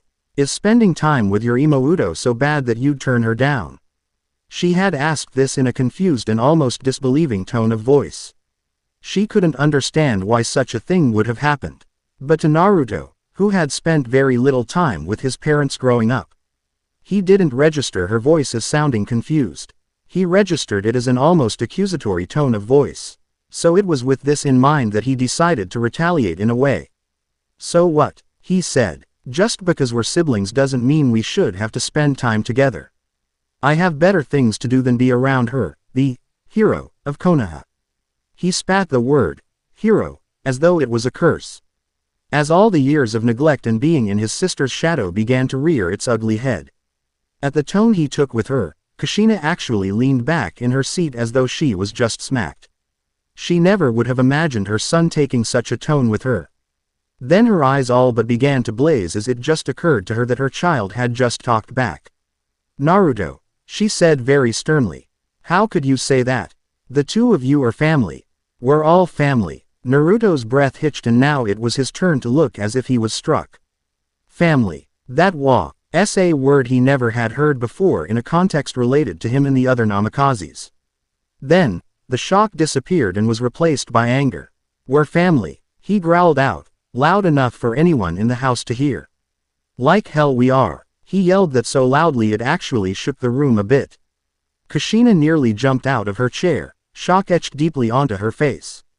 And Naruto. Kushina's voice sounded so quiet now. She had been waiting for him to come with the intention of first asking what exactly had happened with Reiko, followed by if there was anything was wrong for him. But now, after he yelled like that, the redhead was now at a loss for words. She stood up slowly, her eyes, so full of shock and even hurt, never leaving Naruto. How can you say that? She all but whispered. She had never heard such rage in her son's voice before. Naruto's glare grew worse. He removed his hands from his pockets and balled them tightly into fists. You're asking me how I can say that? Now he sounded much quieter, but the rage was still there. If you can't figure out the reason why I'm saying that, then I'm not telling you. Without another word, he turned around and started to walk away. Oh Oni-chan, Reiko's voice called out. Naruto stopped mid-step. He turned his head and looked up at an angle to see Reiko standing at the top of the stairs. His yells must have gotten her attention, if the stiff, almost frightened posture of the girl was anything for him to go by. Oni-chan, what did we do wrong? She asked as her eyes began to water a bit. She was an emotional girl by nature and the few words Naruto had yelled just now wounded her deeply. Naruto now turned his glare on her, making take a step back. What do you do wrong? You still have fucking figured it out. He yelled, his temper beginning to hit its critical point. His fists clenched even tighter, almost drawing blood. You know what? Screw this, he growled a few seconds later. Without another word spoken, he stormed out of the house, before either Reiko or Kushina could do or say anything to try and stop him. Flashback end. He had spent the rest of that day out of the house and at the training field, training himself into the ground to work out the anger that had surprisingly overcome that time. Should have yelled at them more, he muttered as he continued walking down the dirt road. And it didn't help me calm down either when he tried to talk to me. He spoke of his father, Minato, the Hokage, after having heard from Kushina of He talk having gone very bad very quickly, had tried to corner him just the day after that and question him on the matter too. Minato had approached him gently, confused and shocked, but just like what had happened with Kushina. Naruto had registered his voice as sounding slightly accusatory and nearly blew up on him too. After that second failed talk, he had taken to staying out of the house as much as he could. Only returning home long after his parents and sister had gone to bed. And it was now, on the day that he was to meet up with Miki and Ryuiki for some group training, that Naruto had decided to head out to small village close by Konohagakure to do some shopping. He figured he might as well pick up some snacks for him and his team to have after training, and since these LTHY little snacks weren't sold in any shops in Konoha, he had to travel outside of the village to get them. At least with the snacks, we'll be spending more time out of our homes, Naruto thought, slightly hefting the small bag that he held with his left hand. He really hoped that the group training and the eating of these snacks would take up a considerable amount of time. He still had no intention of heading home anytime before sundown. As he continued his trek back home, the blonde teen couldn't help but think to himself on a few things. Namely, the situation with his family. Though he resolved himself to be out as late as possible for a time, he knew that he couldn't avoid them forever. Reiko knew his hangout spots, and his parents were skilled and powerful shinobi that could track him down if need be. And the last thing he wanted for them to look for him and potentially interrupt something. He walked on in silence until 20 minutes later, as he passed through a particularly large part of the forest that existed between Konoha and many of the minor villages in Hi-no-Kuni, he heard the sound of running water. A waterfall, maybe, he thought as he came to a stop in the road. He had taken a short way to the minor village and was now taking a longer way back, to enjoy the scenery in silence. Aside from traveling on missions, he rarely got to see and experience certain things, so seeing a hopefully large waterfall sounded a bit appealing to him.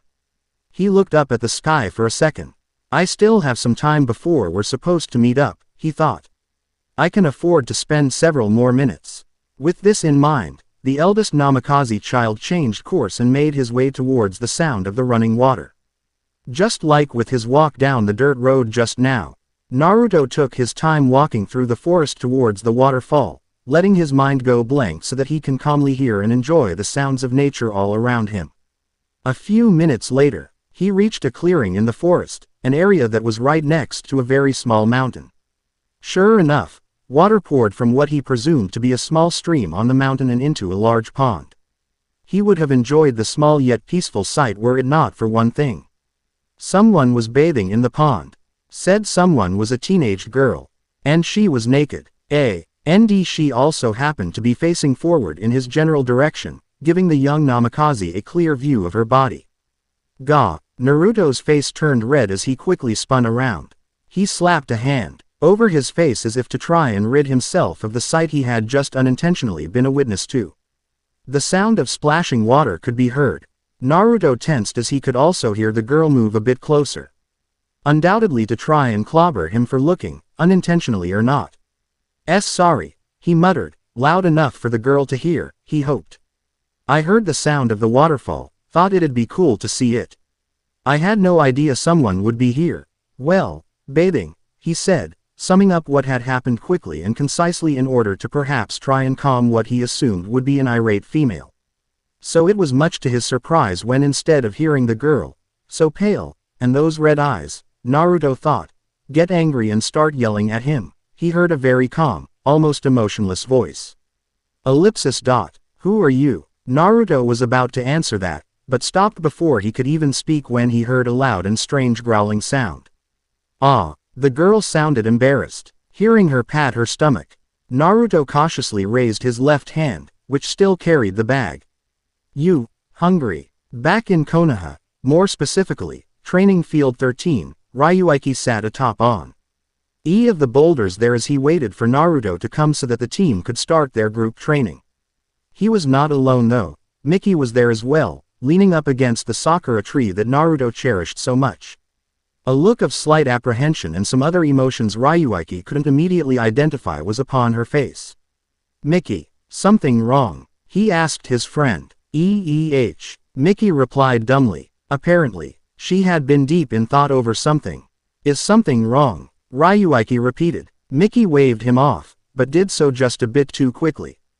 No, it's nothing. Just had a bit of a hard time getting to sleep is all, she answered with a smile, but it was a bit strained. Ryuiki narrowed his eyes microscopically, easily seeing through the lie. But he decided not to push it. If Miki, a girl who was usually quite outgoing, was being this secretive about something, then it had to be bad. But he couldn't just pressure her into telling him, so he'd avenue to wait until Miki was a bit calmer before trying to coax the truth out of her. As for Miki, her thoughts were a mess. Just as she told Ryuiki, she really was suffering from a lack of sleep. Ever since that Takehiko boy had dragged her and others into that ice-space dimension, she had been a wreck. Granted, at first she was determined to make it through this sick ritual that Takehiko dared to call a game, and she was still very much determined to do so, but she had expected him to start the battles not long after announcing Ragnarok's start. And yet, he hasn't. If it was simply the case of giving them all a full day before invoking ice-space, then she would understand that, but it's been a few days since he appeared before her and now the tension was beginning to get to her. She realized that he could be activating ice-space whenever he wanted, even at night. Wielding a large practice sword in her right hand, Miki clenched it tightly. And it's not just that either, she thought in worry. Remembering very clearly what Takehiko had said about how magi awakened their abilities, her thoughts were focused on one thing in particular, the unknown stones that bond with magi. She recalled the 3 stones she, Ryuiki, and Naruto had found long ago as kids. There's no doubt. Those things had to be the stones he was speaking of, she thought. That would mean that like her, Ryuiki and Naruto were magi. Whether or not they had awakened or were even aware of this was unknown to her, but that's not what worried her. What did worry her was whether or not that meant the 2 of them were also going to be involved in this ritual. She did her best to avoid biting down on her lip. If they were, then that meant that no matter what, they'd have to and potentially end up removed from existence. Even though their deaths at some point in Ragnarok would prevent the world from being consumed by ice-space, the mere thought of them suffering such a fate terrified Miki beyond belief. Please don't let them be involved in this, Miki silently prayed. Please, leave my friends out of this. If she had expected an answer of sorts to this prayer, she received none. The grip on her sword tightened even more, nearly splintering the hilt. She really hoped her prayer would be answered. Back with Naruto, the teenage boy was currently sitting on a particularly grassy spot next to the pond, a slight bead of sweat rolling down the side of his face, his mouth slightly ajar. The girl, now dressed, much to Naruto's relief, though her clothing did look a little odd to him, was currently munching away on the last of the snacks he had bought. And I bought enough to keep us fed for an hour or two, he thought numbly as the girl had eaten all of the snacks, leaving him to simply be a witness to the surprising gluttony she demonstrated. If his stare bothered the girl, she didn't show it. Instead, she simply head in contentment as she finally finished up the last snack and she slumped back, her red eyes looking up at the sky. Those were some pretty tasty snacks, she commented. Why yeah, Naruto started, blinking, glad you liked them. He trailed off and made a slight gesture with his hand towards the girl. She turned and stared at him, confused. Then a form of understanding appeared in her eyes. My name's Yuko, she introduced herself, a small smile forming on her face. Naruto smiled now, I'm Naruto. Nice to meet you. Yuko's smile disappeared and she now gazed at Naruto sternly, sizing him up. Naruto simply blinked in surprise at the sudden change, but remained silent. Then, Yuko spoke up a few minutes later. You're not saying that just because you expect me to pay you back or something, right? Naruto's face went from showing confusion at her actions at first to surprise. What? No. Yuko raised an eyebrow. You sure? How do I know that? She sounded pretty cautious now, moving away from Naruto a bit. How? She was beginning to sound a little uncertain, even a little afraid. How do I know you won't try and force yourself on me?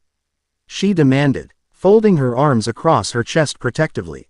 At this, Naruto leapt to his feet in shock. What? Why the hell would I do something like that? Yuko seemed to shrink in on herself, her gaze never leaving Naruto. 'Cause, she began, that's what a few other guys I've run into tried to do. Naruto's breath hitched a bit. She had said it so sincerely that she couldn't be lying, and he didn't detect any other sign of deceit either. He prayed that nothing had actually happened to her. He closed his eyes for a moment and sighed. I don't know just who you the misfortune of running into in the past, he started. He opened his eyes and gazed at Yuko. His eyes contained nothing but complete honesty. But I would never do anything like that. To anyone. Yuko just kept looking at him. How do I know that? You did see me in the buff. You even blushed. At that, Naruto coughed a bit in embarrassment and even lightly blushed. Why yeah, I did, but like I said earlier, I had no idea that someone would be here bathing of all things. And blushing is a natural response to, well, something like that, he finished lamely. So it w. As with this said that he calmly sat back down, his eyes never leaving Yuko. So, what do you say? We cool? He asked. The red-eyed girl simply continued to look at him for a moment longer before cautiously dropping her guard. A small smile slowly appearing on her face again. Okay, I believe you then, she said slowly. Naruto smiled slowly. Oh okay then, he repeated awkwardly. Sorry, for being so cautious. Yuko paused. Well, not exactly sorry, but... Naruto waved her off. Don't worry about it. If what you said was true, then you had every right to look ready to attack or run. Now it was his turn to pause. Say, sorry if this is blunt or anything, but what you said about guys just now. No, they didn't actually force themselves on me. I've come across a few bandits that tried that, but I managed to fight them off, Yuko answered. Naruto let out a breath he didn't know he had been holding. Oh, okay. He felt relieved to hear that, if she really had been violated, aside from perhaps taking her to receive some potentially long overdue physical and mental treatment back in Konoha, Naruto honestly wasn't sure what he'd do. Aside from perhaps tracking the bandits down and beating them to a pulp for such a horrific action, of course. He looked up in surprise when he heard Yuko actually giggle.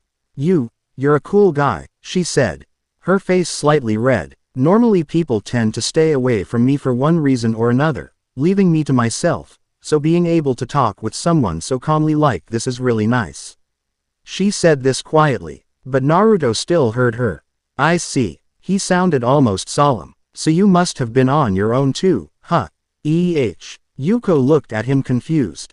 I've been alone for quite some time too. He began. He looked up at the sky and sighed. Aside from two very close friends of mine, I really don't have anyone else. Well, I do have a family, but for the longest time, I've always been ignored by them and everyone else in my village, and that's a fact that probably won't be changing anytime soon. He drifted off as he thought on this.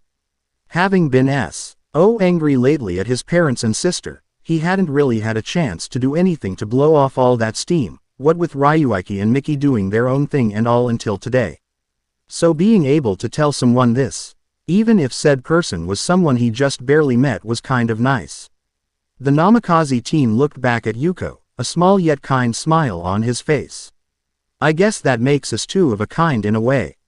So assuming it's possible, we should probably try to look out for one another, huh? The smile dropped though a second later and he blinked in surprise when Yuko's face turned even redder than it was just a moment ago. Yuko-san, he called out, using an honorific since they had only met. You okay? Yuko seemed a little dazed, as if something was on her mind. Ah, no, I'm fine.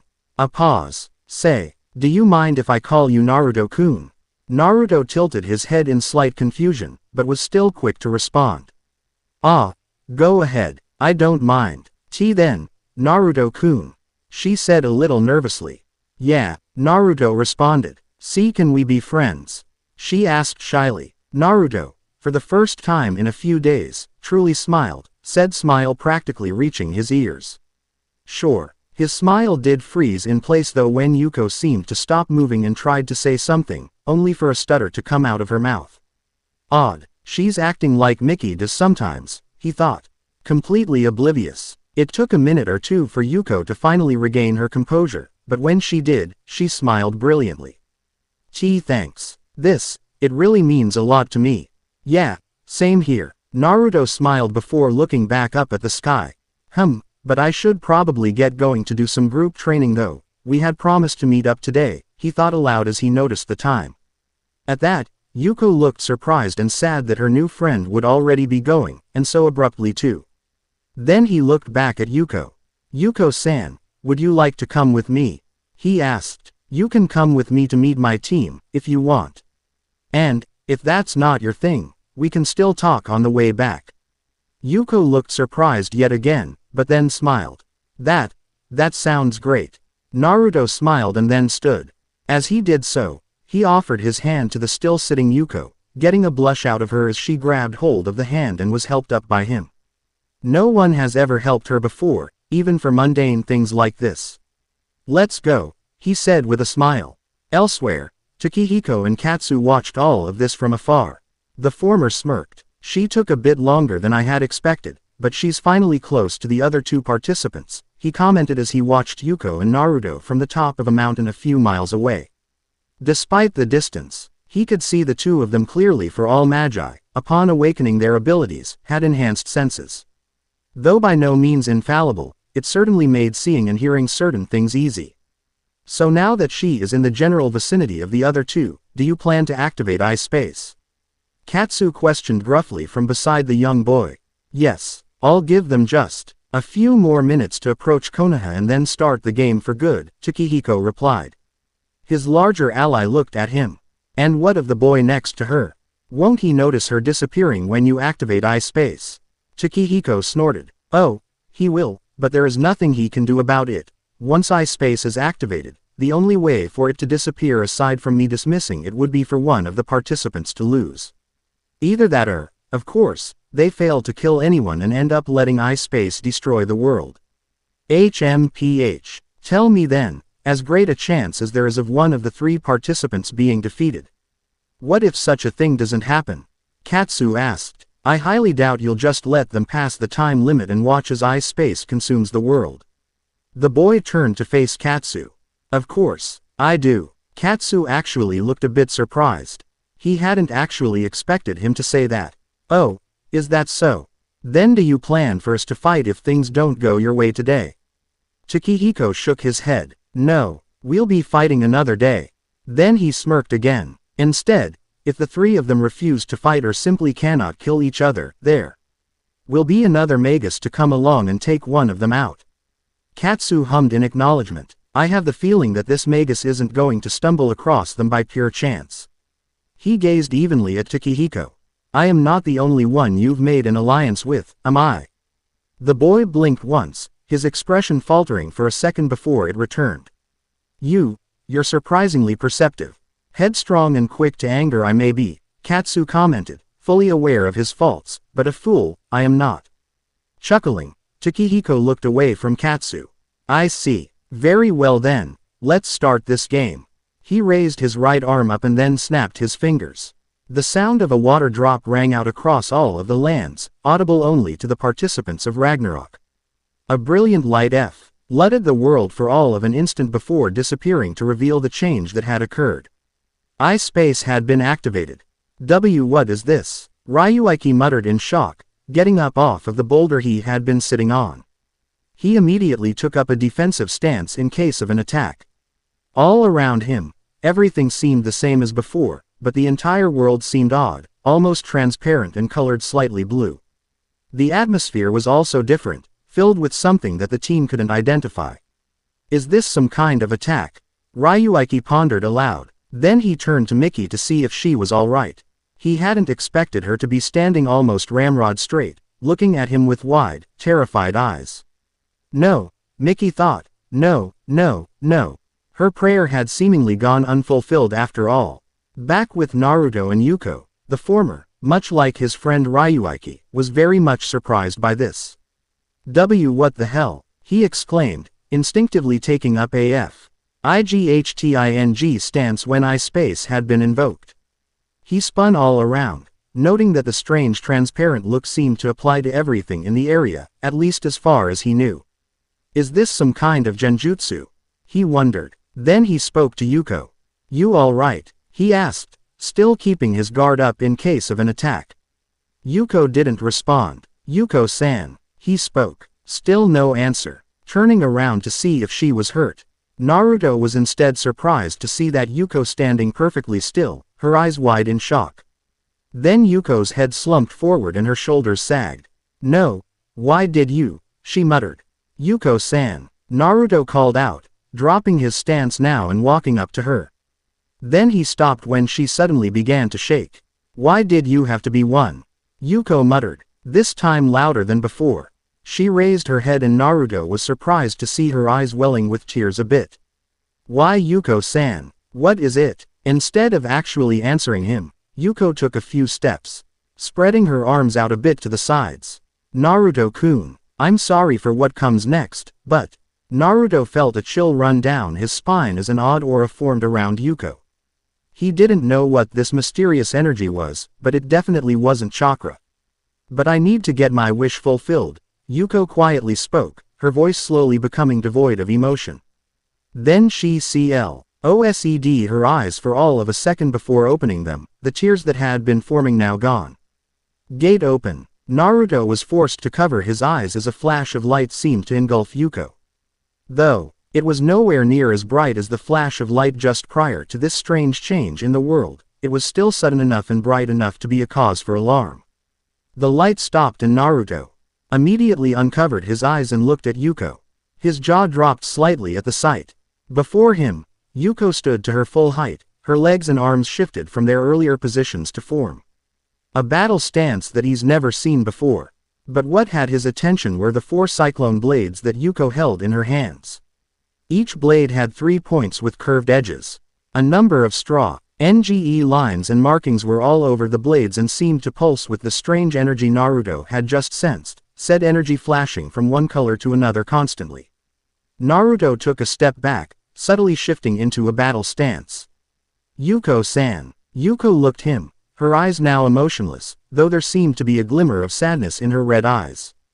Naruto-kun, I'm sorry that this had to happen, but... She raised her arms. As soon as she did so, 2 of the blades literally levitated out of her hands and proceeded to move until they were positioned just above her shoulders, spinning in place. Die for me. That was when Yuko finally attacked. Somewhere else in Hi-no-Kuni, a young man was walking casually, a look of amusement on his face despite the fact that the world around him was different. This young man appeared to be just around the same age as Naruto, but a few years older, with brown shaggy hair and a lean physique hidden underneath the simple dress shirt and shinobi pants he wore. He also wore open-toed sandals. His eyes were closed and his mouth seemed to be permanently curled upwards into a smug smile. Ha! Looks like Take Yan has already started the ritual. The young man commented to himself, noting that I-space was active now. I wonder who is going to fight who right now. He was supposed to simply wait around until Takehiko called for him in the case of 2 magi not killing each other, but he couldn't help but feel curious as to how the first fight of Ragnarok will go. The young man chuckled. Well, I don't think Take Yan will mind it if I watch from afar.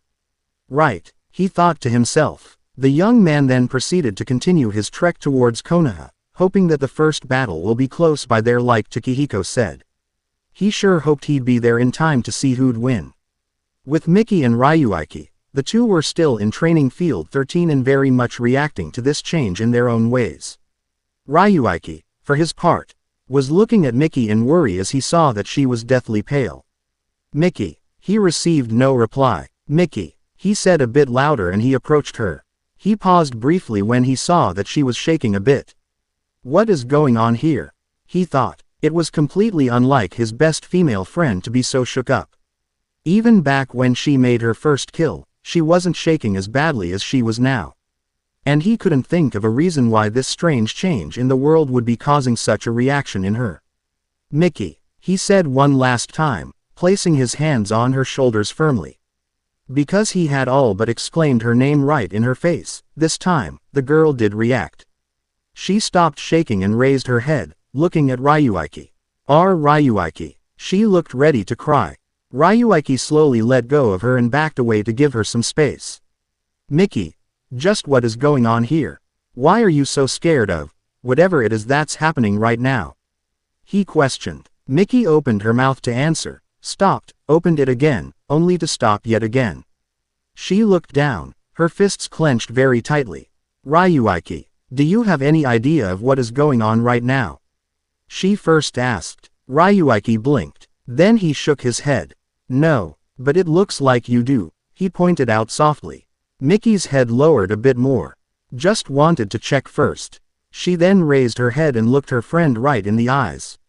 Ryuiki, the thing is, right now, she began to explain with the hopes he'll believe her, but was cut off when both she and Ryuiki suddenly found themselves lurching about, the ground rumbling. What? Ryuiki cried out, startled. Then both of them looked to see off in the considerable distance some kind of explosion. What really caught their eyes about it was that it didn't look normal either, the smoke being a glowing multitude of colors such as blue, yellow, green, and more. The two of them went perfect Why still as they did some quick thinking and realized that the explosion must have occurred on the path Naruto should be taking back to the village. Naruto-kun, Mickey cried out before suddenly taking off, moving at a speed beyond that of an ordinary genin. Hell, it was even beyond that of an average junin. Hey, wait for me, Ryuiki said before running off after her. With Naruto, the On of the Hokage was doing his best to try and wrap his mind around what was happening. Just a moment or two ago, something odd had just gone on with the world, followed by Yuko suddenly summoning weapons of a sort he had never seen before and using some form of energy that he also had never encountered until now. Hell, he didn't even know that there were other forms of energy aside from chakra that existed. But what's more is that now Yuko, who had asked him to be her friend, was now trying to kill him, with a large smoldering crater before him being evidence enough for this. You're TTY fast, Yuko quietly said as she walked around the crater, all four of the blades she had summoned now spinning in place above her shoulders and head. Naruto tensed, prepared to dodge yet again. But he wasn't sure if he could. Though he was exceptionally fast for his age group due to focusing almost primarily on physical ability and taijutsu, the only reason he had been able to dodge the Saint range attack from just now appeared to be due to Yuko getting a feel for his speed and skill. He couldn't be sure though just yet. Yuko-san, I'll ask one last time, why are you trying to kill me? He yelled at the girl. Didn't we become friends? And what did you mean by what you said just a minute ago, about being one of something? And what about a wish? His tone of voice had switched from one of shock and anger to one of questioning as he distinctly recalled what the red-eyed girl had said. Yuko narrowed her eyes, several emotions flitting through those red orbs of hers. Floating blades began to spin even faster, making Naruto prepare to move as the strange energy from before began to pulse through them. So you really don't know then? Suddenly, a beam of pure energy shot out from the center of the floating blades and right at Naruto at a speed that would make a Chunin look slow in comparison. But Naruto was faster than a number of Chunin thanks to his INS and physical training, and he was ready for it too, leaping to the right to avoid the beams. The beams struck the spot where he had been standing and caused a huge explosion, shaking the ground, and the shockwave generated was enough to nearly make blonde-haired teen stumble. That was when Yuko reached over her right shoulder and casually plucked the nearest of the blades out of its floating SPOT and then flung it right at Naruto like a shuriken. Naruto then took advantage of the fact he was stumbling to fall back in order to avoid the thrown blade, only to pull a wordless kawarimi with a nearby log when the blade changed direction in mid-toss and moved down. Naruto appeared where the log had been, roughly several yards away from Yuko. Hearing, but not actually looking at, the blade splitting through the log. He charged at the girl, who currently had her back to him. He charged at full speed, pumping chakra into his muscles to move at Junin-level speed. But he heard Yuko's breath hitch and saw her begin to turn around, with slightly widened eyes. She may look as if she had some experience fighting bandits, but not shinobi from the looks of it, Naruto thought as he then leapt at her and threw a punch. From a physical standpoint, Naruto was as strong as he was fast, being able to lift up a boulder the size of himself without using chakra, and he could smash it with his strongest punch too. Using chakra, his strength was even greater. So it was very much to his surprise when Yuko, a girl that from a clinical glance at her body did little to no strength training, lashed out with her hand at a speed greater than his own and caught his chakra-enhanced punch. What? The blonde thought in shock. Yuko's pale, but beautiful face looked strained. And her arm looked tensed from having caught Naruto's strong punch, but she still had a good grasp on him and she wordlessly ordered one of the blades still by her to shoot out. Performing another Kawarimi jutsu, Naruto was able to free himself from Yuko's surprisingly strong hold and now had a good view of the blade slicing through another plain old log he had swapped with. What? He can't. Inu'd to question even as Yuko had the two remaining blades fire the strange energy beams at him, making him constantly move around to avoid being hit. What is it that I don't know? Yuko now finally began to move around herself, jumping back to put some distance between her and Naruto. At the same time she did this, the two blades she had flung at Naruto sprang to life, flinging themselves at Naruto in an attempt to cut him. That right now, you and I are participants in a ritual, she said, her voice being perfectly even. A ritual? Naruto questioned as he tilted his head to the left to narrowly avoid one of the blades while lightly jumping over the other that had tried to take out his feet. Yes, Yuko called back the two blades, which shot past Naruto, making him twist his body to avoid having his back cut by them. The two blades returned to Yuko's side and the two other blades she had floating above her head repositioned themselves so that they were side by side the other two that had just returned. The girl began to slowly walk to the right, her eyes on the ground as she appeared to think. Naruto kept his guard up, matching her pace as he too walked. This ritual is called Ragnarok. If I recall the words of that kid correctly, Yuko began. And it's a ritual for magi, ones who use magic to fight. Magic? Naruto asked, his voice laced with a bit of disbelief. Yeah, I won't give you all of the details, Naruto-kun, since that'll take a bit too long for my tastes, but to get to the point, only magi can enter this dimension, space, and no one else. Yuko paused. She stopped walking and looked at Naruto now, her red eyes gazing at him intensely. And here in space, we magi must fight and kill one another. Otherwise, something bad will happen if we don't. Naruto was rooted in place, his disbelief growing. Out of all the things he had expected to hear, he definitely hadn't expected to hear about magic. But what does this have to do with a wish? Whoever wins this ritual, no, perhaps gain really is the better word here, the winner will have the power to fulfill whatever wish he or she desires, Yuko said. Her eyes blazed now with quiet yet fierce determination. And Naruto-kun, I intend to be the winner. I can't afford to lose. And with that, a powerful burst of mana, not that Naruto STILL knew what this was, erupted from Yuko, the mana being a variety of bright colors. The four blades, her magical weapon, spun even faster than before and began to generate a lot of power, enough to make Naruto shiver and immediately begin to go through the short list of jutsus he knew. Crap, whatever she now has planned, I probably won't be fast enough to dodge. Arg, why must I know on? A few jutsus outside of the academy ones. He thought, cursing his bad luck. He was snapped out of his thoughts when very abruptly one of the blades all but disappeared in a flash. The next thing the blonde knew, there was a cut across his upper right thigh. Arg, he cried out, nearly dropping to his knee as pain suddenly exploded in his thigh.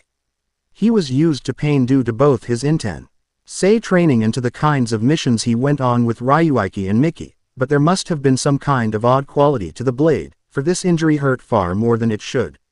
I'm sorry, Naruto-kun. Gone was the emotionless voice from the past few minutes. Instead, Yuko now sounded sad and quite apologetic. She sighed as she walked forward a few feet before stopping, intent on keeping a distance between the two of them. Please believe me when I say that I never wanted for this to happen. Naruto grinded his teeth together as he attempted to stand up, but the pain in his thigh was too much for him to do so at the speed he'd prefer. Ah, Yuko looked at his wound, sadness flickering through her eyes. It hurts, doesn't it?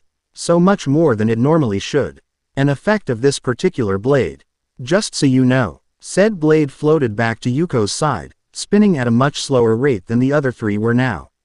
Naruto looked from his wound and glared at Yuko. Yuko actually averted her gaze, not looking back at him, and instead motioned a hand towards one of the other floating blades. My magical weapon is called Overload, she began as the T-blade spun even faster and glowed more intensely. Each of the blades affects a different sense and slowly overloads it until the person hit is rendered defenseless, as you can most likely notice by now. And sure enough, Naruto found himself having a harder time focusing on anything save for his thigh injury, which was beginning to hurt more and more. His face began to contort in great pain. His mouth opened up into the beginnings of a silent scream. Then one of the three still intensely glowing blades shot out in a flash and cut Naruto across his left shoulder. Naruto startled from the hit and willed himself through the increasing pain to look at the new wound. He then attempted to move his left arm, hoping that the blade didn't render it useless. It still moved, so that was one small mercy at any rate. The pain grew worse, and now he was beginning to feel woozy. His sense of proprioception has been affected as suddenly, the blonde teen slowly began to become acutely aware of each and every single movement within his own body. More specifically, he became even more aware of the nerves currently transmitting the feeling of pain. Yuko turned her head upwards.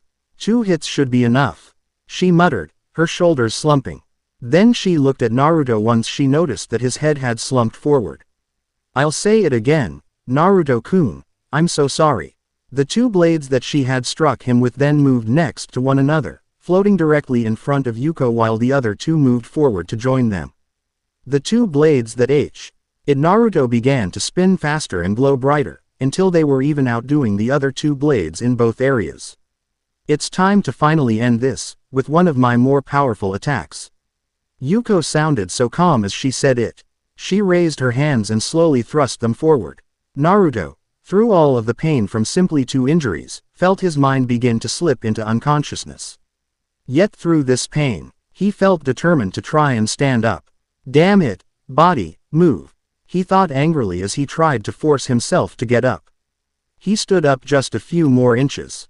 Yuko's blades, Overload, began to flash in unison, as though signaling something. Undoubtedly, it signaled Yuko's attack, like some kind of strange warning. Naruto tiredly raised his eyes to look at Yuko. Was this how it was going to end for him? Being killed in some strange dimension by a girl supposedly using magic?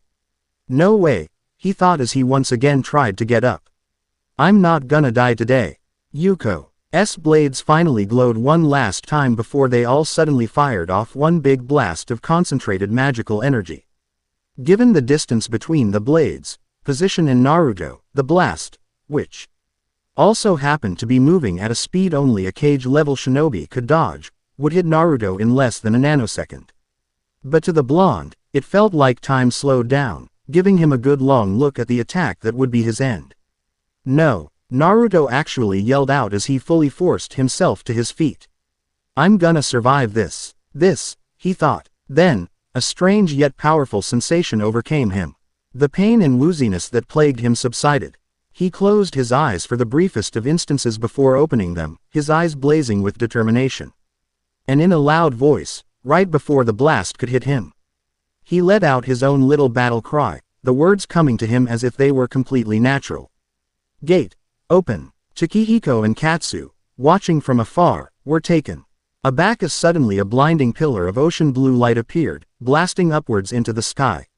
The clouds in ice space parted, the ground rumbled, and a number of trees nearby were literally blown away. while others flat out disintegrated from being too close to the pillar of pure energy. What powerful mana, Katsu commented, putting a hand in front of his eyes to block out the light. Takehiko didn't answer, instead staring intently at the scene taking place with wide eyes. Impossible, he muttered. This definitely hadn't been what he was expecting. Off in the distance yet rapidly approaching, Miki and Ryuiki were witness to the blinding light as well. Miki nearly yelled out in surprise, coming to a dead stop and closing her eyes. The light was far too bright. Damn it, she internally swore. She couldn't afford to truly move at full speed since that would most likely bring up more questions from Ryuiki that she couldn't afford to answer just yet, not you. Until she was certain that Naruto was safe before thinking of a way to get all three of them through this, but now it seemed like this pillar of ocean blue light was going to try and slow her down too. The sheer power was enough to nearly blow her back as she tried to move forward. Only vaguely recognizing the energy as mana, Miki could only hope that it really wasn't Naruto over there. However, her other best friend beside her made her momentarily lose all focus on that line of thought with what he said to this situation. This power, this isn't chakra, it's magic. Miki all but whirled around at literally lightning speed, her mind screeching to a halt. What did you just say? Back with Naruto and Yuko, the latter was blown completely off her feet and sent flying into a tree hard enough to smash right through it, getting a yell of pain out of her. The cause behind this was twofold. The first part was the sheer suddenness and intensity of the explosion of mana from Naruto. The second reason why she was knocked back like that was due to a new figure that had materialized by Naruto's side. "Master, are you all right?" asked the new arrival. Naruto could only stand there equally as shocked as Yuko. This voice clearly belonged to a girl, roughly around his age. And something about it just resonated with him. Indeed, as he turned to look at who was now standing beside Naruto, laid eyes upon a girl of average height, but with a bit more than modest figure covered up by the strange robe she wore, which was white in the front with gold markings on it while it was black in the back. The girl had long light blonde hair tied into two long twin tails with flower-shaped bows holding them in place. Some of her hair also framed her beautiful and exuberant face, bringing attention to her eyes. Her irises as captivating as the petals of a sakura tree. The girl smiled gently at Naruto. "You are all right," she said, motioning towards Naruto's right thigh and left shoulder, which now sported no wounds. "I'm glad I made it in time," she said.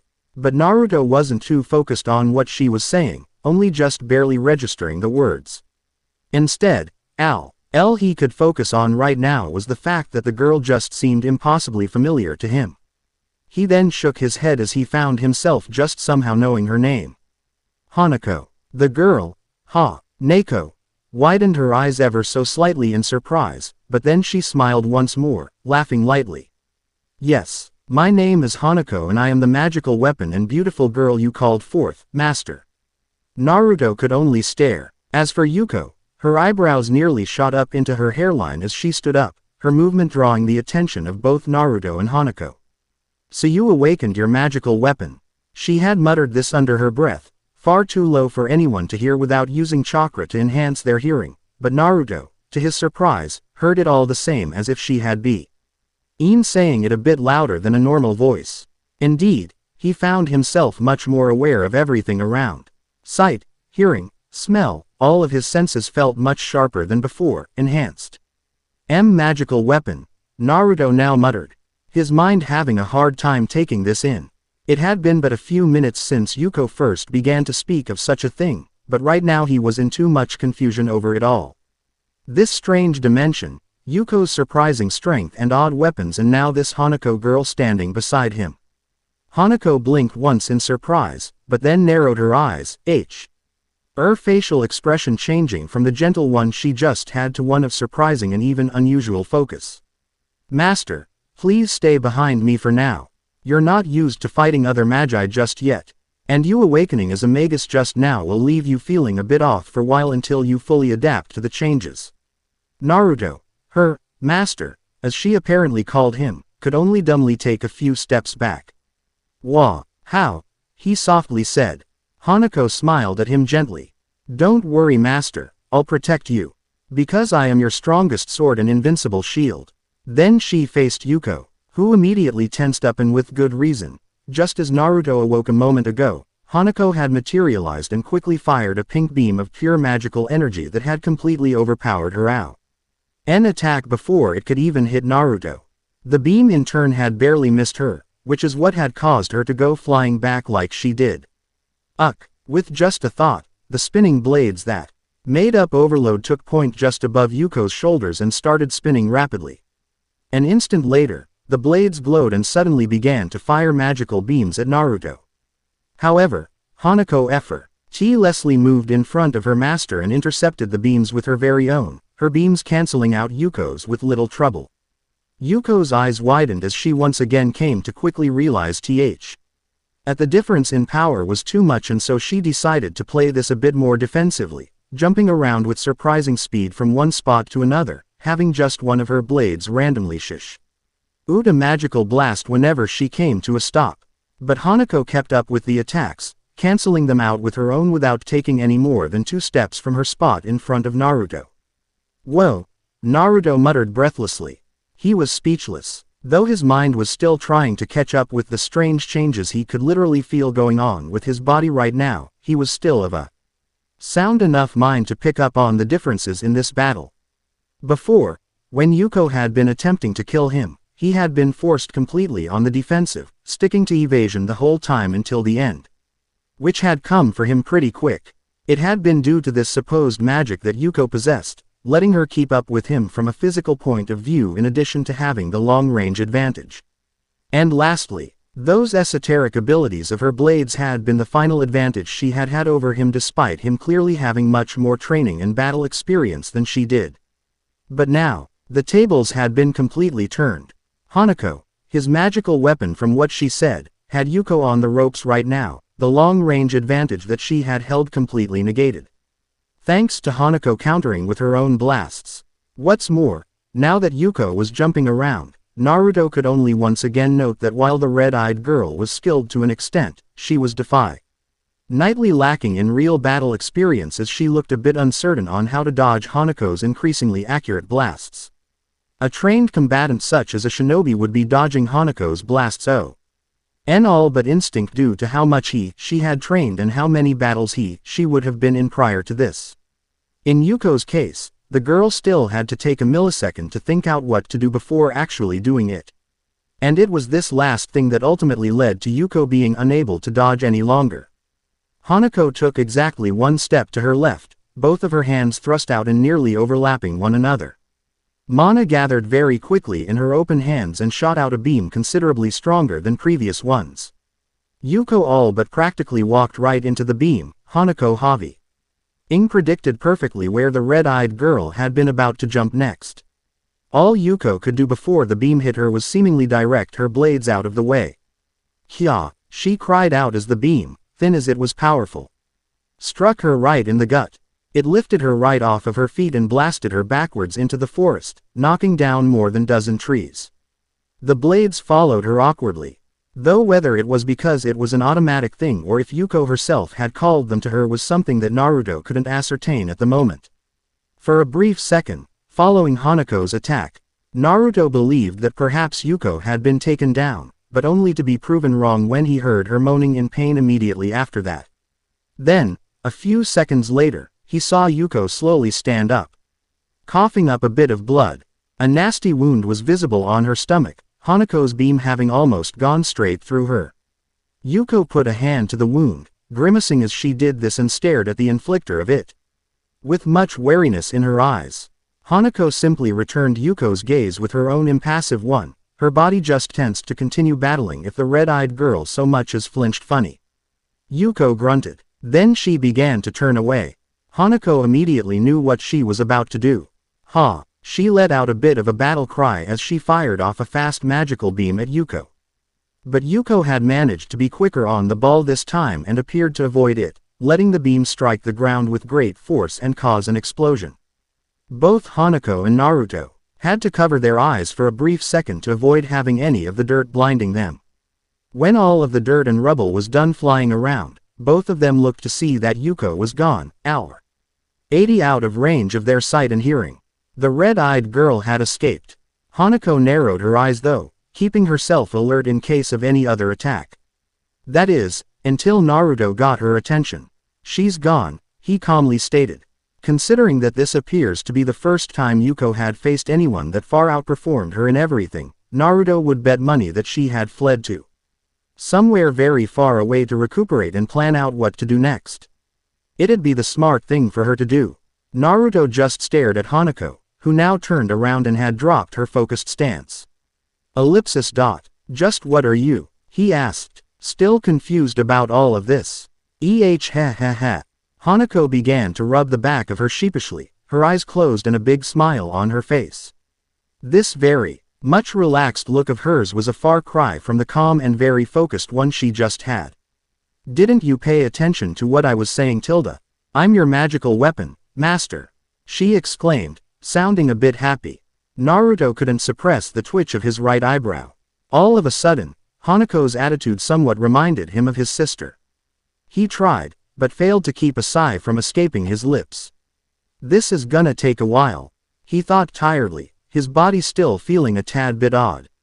But the sooner he got Hanako here to fully explain to him what's going on, the better.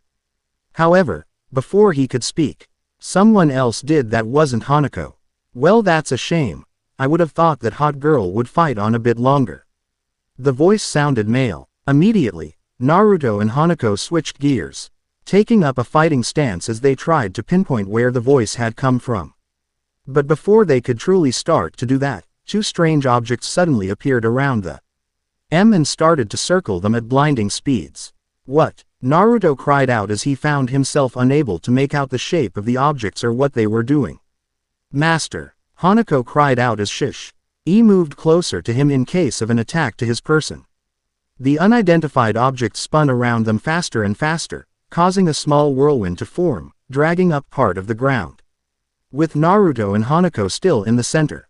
Then a very brief flash of light occurred and Naruto and Hanako were gone.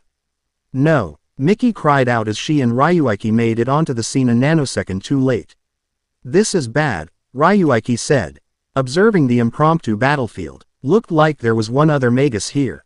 Back when the two of them had stopped earlier, it turned out, much to Miki's surprise, say that Ryuiki had awakened as a Magus as well at some point in the past. Flashback start. What did you just say? Miki had yelled at Ryuiki. Ryuiki nearly jumped, startled by her sudden cry. He began. What do you mean? Miki all but glared at him, stomping the ground. What you just said right now about magic. Ryuiki appeared to try and think of something. But under his friend's gaze, he couldn't exactly hold out too long. Magic exists, he said bluntly. He averted his eyes from Miki. I know this, because I can use magic.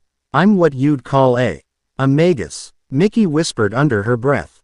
Though she knew the second eye space was activated that Ryuiki was one, to hear him begin to confirm it only made it much worse, crushing the little far-fetched hope she had about him just accidentally being dragged into eye space with her. Now it was Ryuiki's turn to gaze at her in shock. How do you know about that word? He questioned. Miki let her head and shoulders drop, looking at the ground. It was around that time that Hanako had started to fight against Yuko, though the two of them didn't know this. All He could make out from the battlefield were the sounds of explosions. Both of them looked up in shock and worry in the direction of the fighting. Miki straightened her posture. I'll explain it all later. Right now, we have to hurry though. Ryuiki blinked, but then nodded firmly. All right, I'll hold you to that. His friend returned his statement with a nod of her own now and both of them then turned and took off running again, moving much faster than they were before, now that there was no longer any reason to hide their Magus status any longer. But even with their great speed, the battlefield was still very far away. They could only hope to make it in time. Flashback end. Ryuiki smashed his right fist into his open left hand. Damn it, and we just barely missed them too. Miki looked around, her worry for Naruto only growing as it dawned on her just how concentrated all of the damage to the battlefield was. If Naruto had taken any of these hits head-on, then regardless if he had awakened or not, regardless of his healing factor, he was going to be in bad shape. We can't give up just yet, Miki stated resolutely. It looked like Naruto and that other girl, whoever she was, were teleported somewhere. Her male friend nodded in agreement. You're right. As long as it wasn't a long-distance teleportation, then they should still be within some distance of this area. Let's do a sweep of this place. With not another word spoken, both immediately moved. They had a lot of ground to cover, after all. With Takehiko and Katsu, the former couldn't help but sigh, almost out of relief. This was not unnoticed by Katsu. What's wrong? Is that blonde-haired boy an unknown factor in this? He questioned. He recalled Takehiko telling him some time ago that when I-Space was activated, the blonde-haired teen would be left in the real world while Yuko would be dragged into I-Space. But clearly, this was not the case. Takehiko didn't answer him. That was just impossible, he thought. He had known that Naruto was a magi that had yet to awaken prior to just now, but he wasn't meant to be a participant in Ragnarok at all. So for him to be drawn into I-Space alongside Yuko was quite the shocker. But what's more was that he had awakened, and the sheer amount of mana he had exuded, it was far greater than any other magus he had encountered. Takehiko hissed. At least Daisuke showed up. It was this thought that put the boy a bit more at ease. Now he just has to eliminate this irregular before he can potentially change the tide of this game. He felt it was a good thing he had bothered at all to make an alliance with Daisuke. His magical weapon would do a good job at ridding him of this potential headache in the making. Now he just had to make sure Daisuke did his part of the deal. Back with Naruto and Hanako, the two of them blinked in shock as they found themselves just several yards above ground. Both of them landed smoothly enough, with Hanako taking just a split second to brush off any dirt on her robes. The two of them quickly looked around to see that they were now in an area closer to the mountain range. Being in a large clearing alongside a path that led deep into said mountain range. How did we? Naruto began to think, keeping his guard up in case of a sudden attack. Yo tilde, the male voice from before said. Naruto and Hanako quickly whirled around on the spot to see a new arrival onto the scene. It was the young man known as Daisuke, not that they knew this. Daisuke sighed as he walked towards them. Then, when he was roughly 10 yards away from them, he stopped, partially because he felt like it and partially because the two looked ready to attack him if he kept on approaching. Daisuke's seemingly permanent smile curled upwards a bit more. Never would have imagined that the son of a cage would be a magus, he commented. Naruto narrowed his eyes. How do you know about me being the child of a cage? He questioned. It was bad enough having to deal with all of this magical stuff. Daisuke chuckled. Ah, it's all thanks to Take Yan. He can find things out about and keep track of just about anyone from the looks of it. Then he paused. But that's probably something I shouldn't have mentioned. Master, get ready. Hanako yelled as suddenly, more than a dozen strange metallic orbs appeared, surrounding all three of them. Crap, not this again, Naruto thought, already getting a bad feeling about this.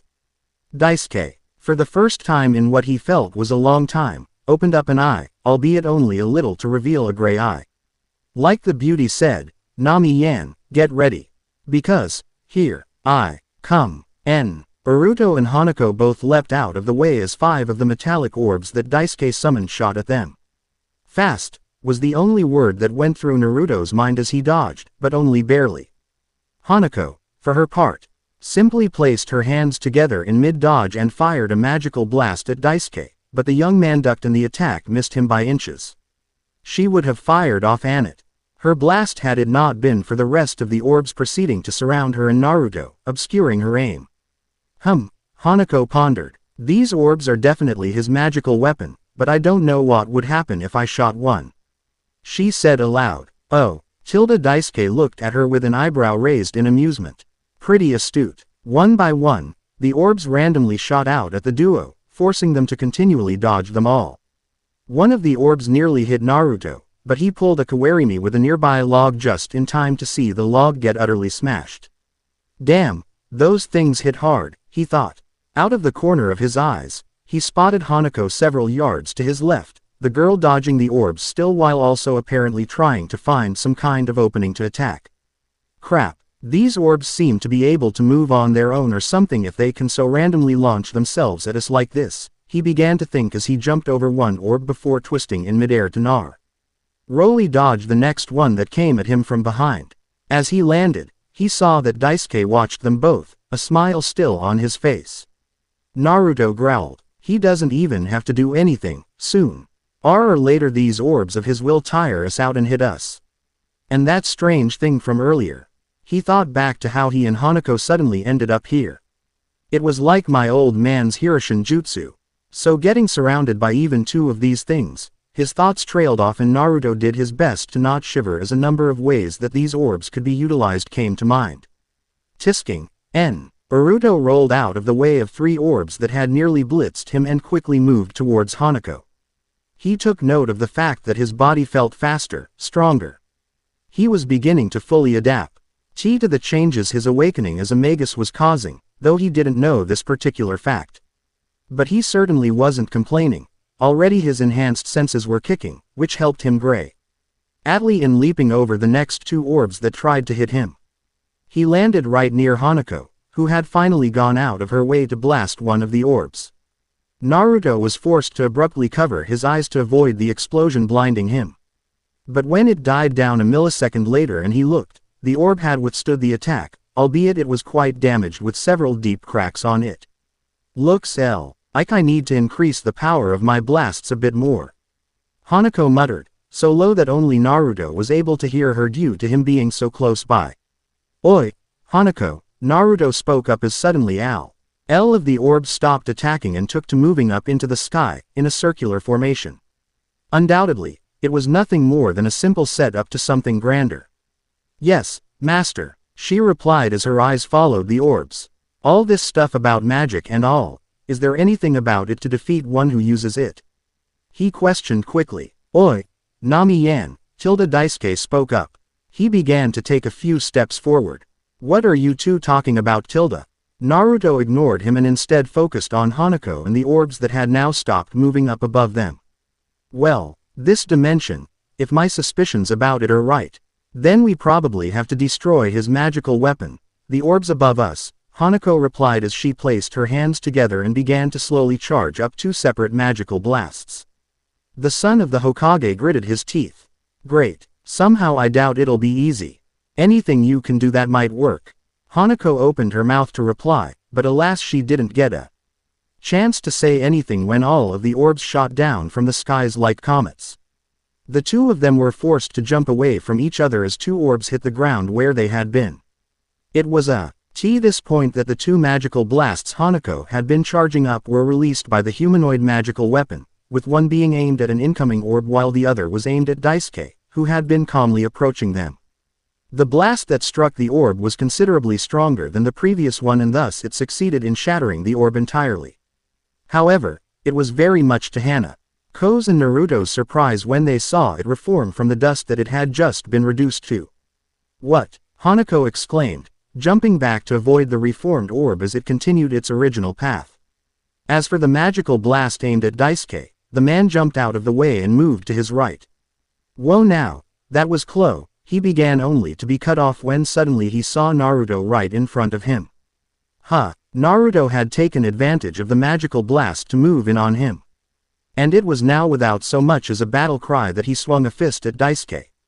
The young man tilted his head at the last possible second, his nose nearly being grazed by the hit. Naruto's eyes narrowed, but otherwise showed no other emotion as he then began to unleash a rapid assault of punches and kicks. Daisuke dodged each and every hit, but not without effort, the young man breaking out into a slight sweat. "Whoa there, Nami-yan, you're pretty good," he exclaimed despite this as he then lightly stepped back before spotting an opening and throwing a punch of his own.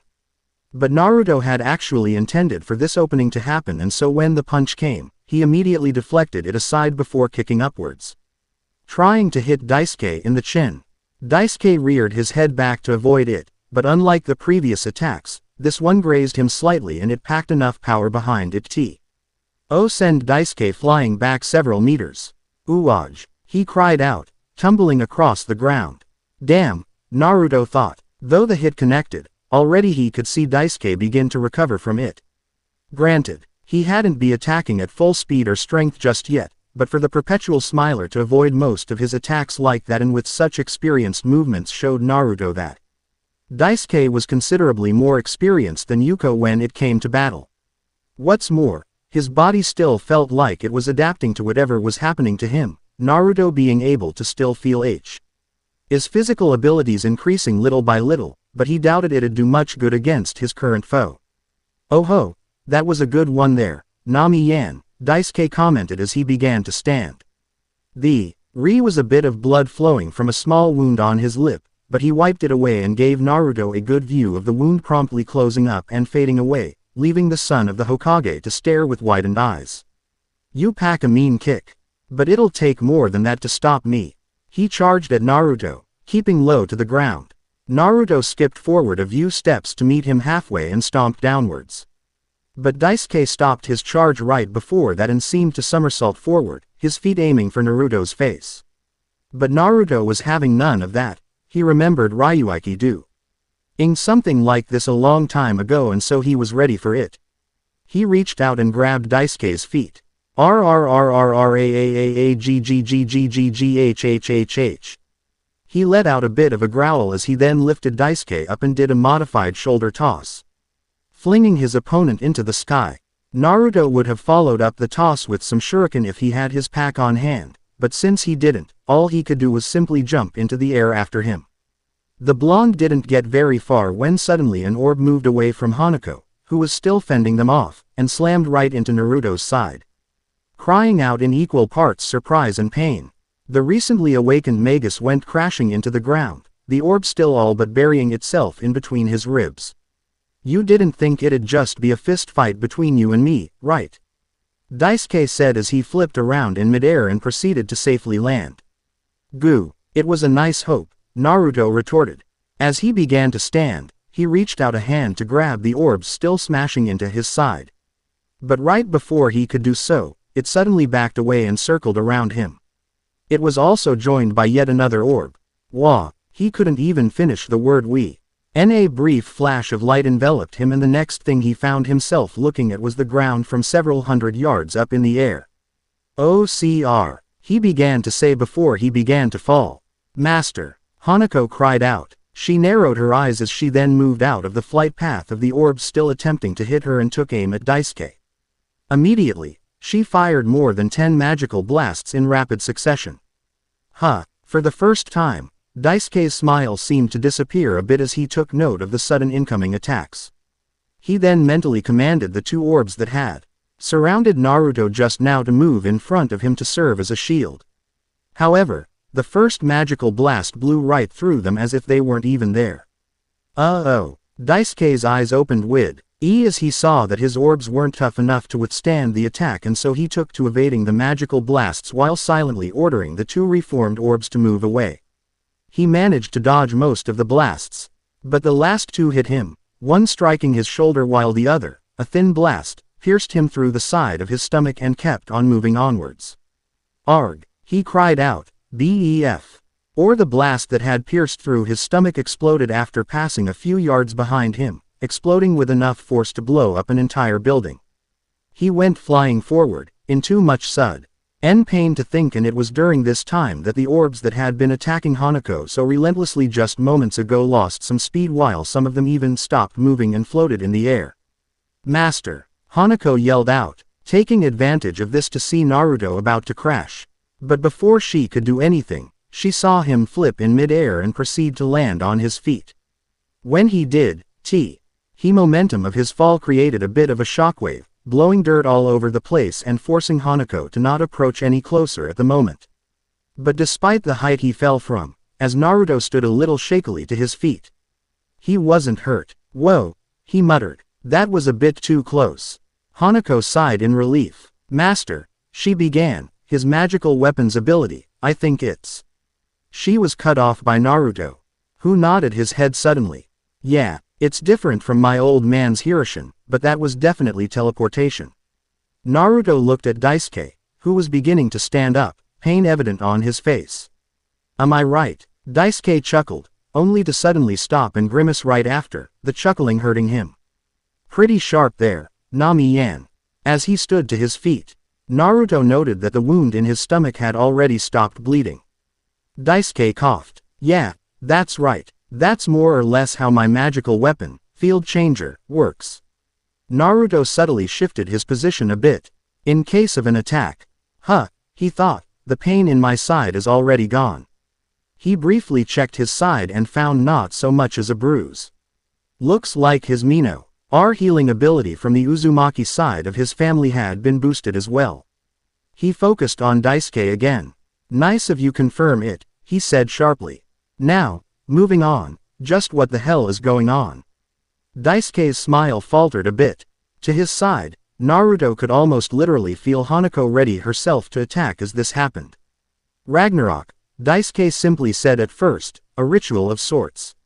And here in this place, we magi have to fight each other.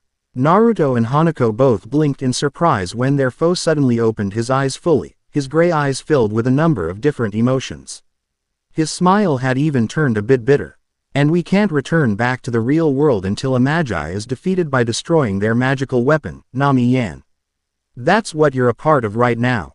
But how? Naruto questioned. He was so taken aback by what he just heard that he actually dropped his battle stance for a moment. How is this even possible? What the hell is this ritual or whatever for? And why am I even a part of it? He was beginning to sound more and more confused and irate with every sentence. Daisuke chuckled. How this is exactly possible and what it's exactly for. I can't really tell ya, since I don't know either. He then gained a serious expression to his face for the first time thus far. But I can tell you this much, there are others involved in this ritual than just the two of us. 13, including ourselves, I think. And we have to fight one another until only one is left standing and that person can gain enough power to achieve something that they've always wanted. He trailed off, appearing to be deep in thought. Naruto could only stare at the young man, not knowing what to say to this. Master, Hanako spoke up quietly from beside him. Get ready, I feel that he's about to attack us again. As if to confirm this, all of the orbs that made up Field Changer began to gather above Daisuke. Sorry Nami-yan, he began as he raised his right hand straight up. As he did so, all of the orbs took formation, said formation vaguely resembling that of a lance. All of the orbs began to glow brightly with mana. But I probably should be telling you anything more. As it stands right now, you and your little lady weapon have been holding your own pretty well despite our short scuffle. If I let this go on any longer, there's no telling how tough you'd end up being. TCH. Naruto slowly shifted into a defensive stance while Hanako took a few steps back.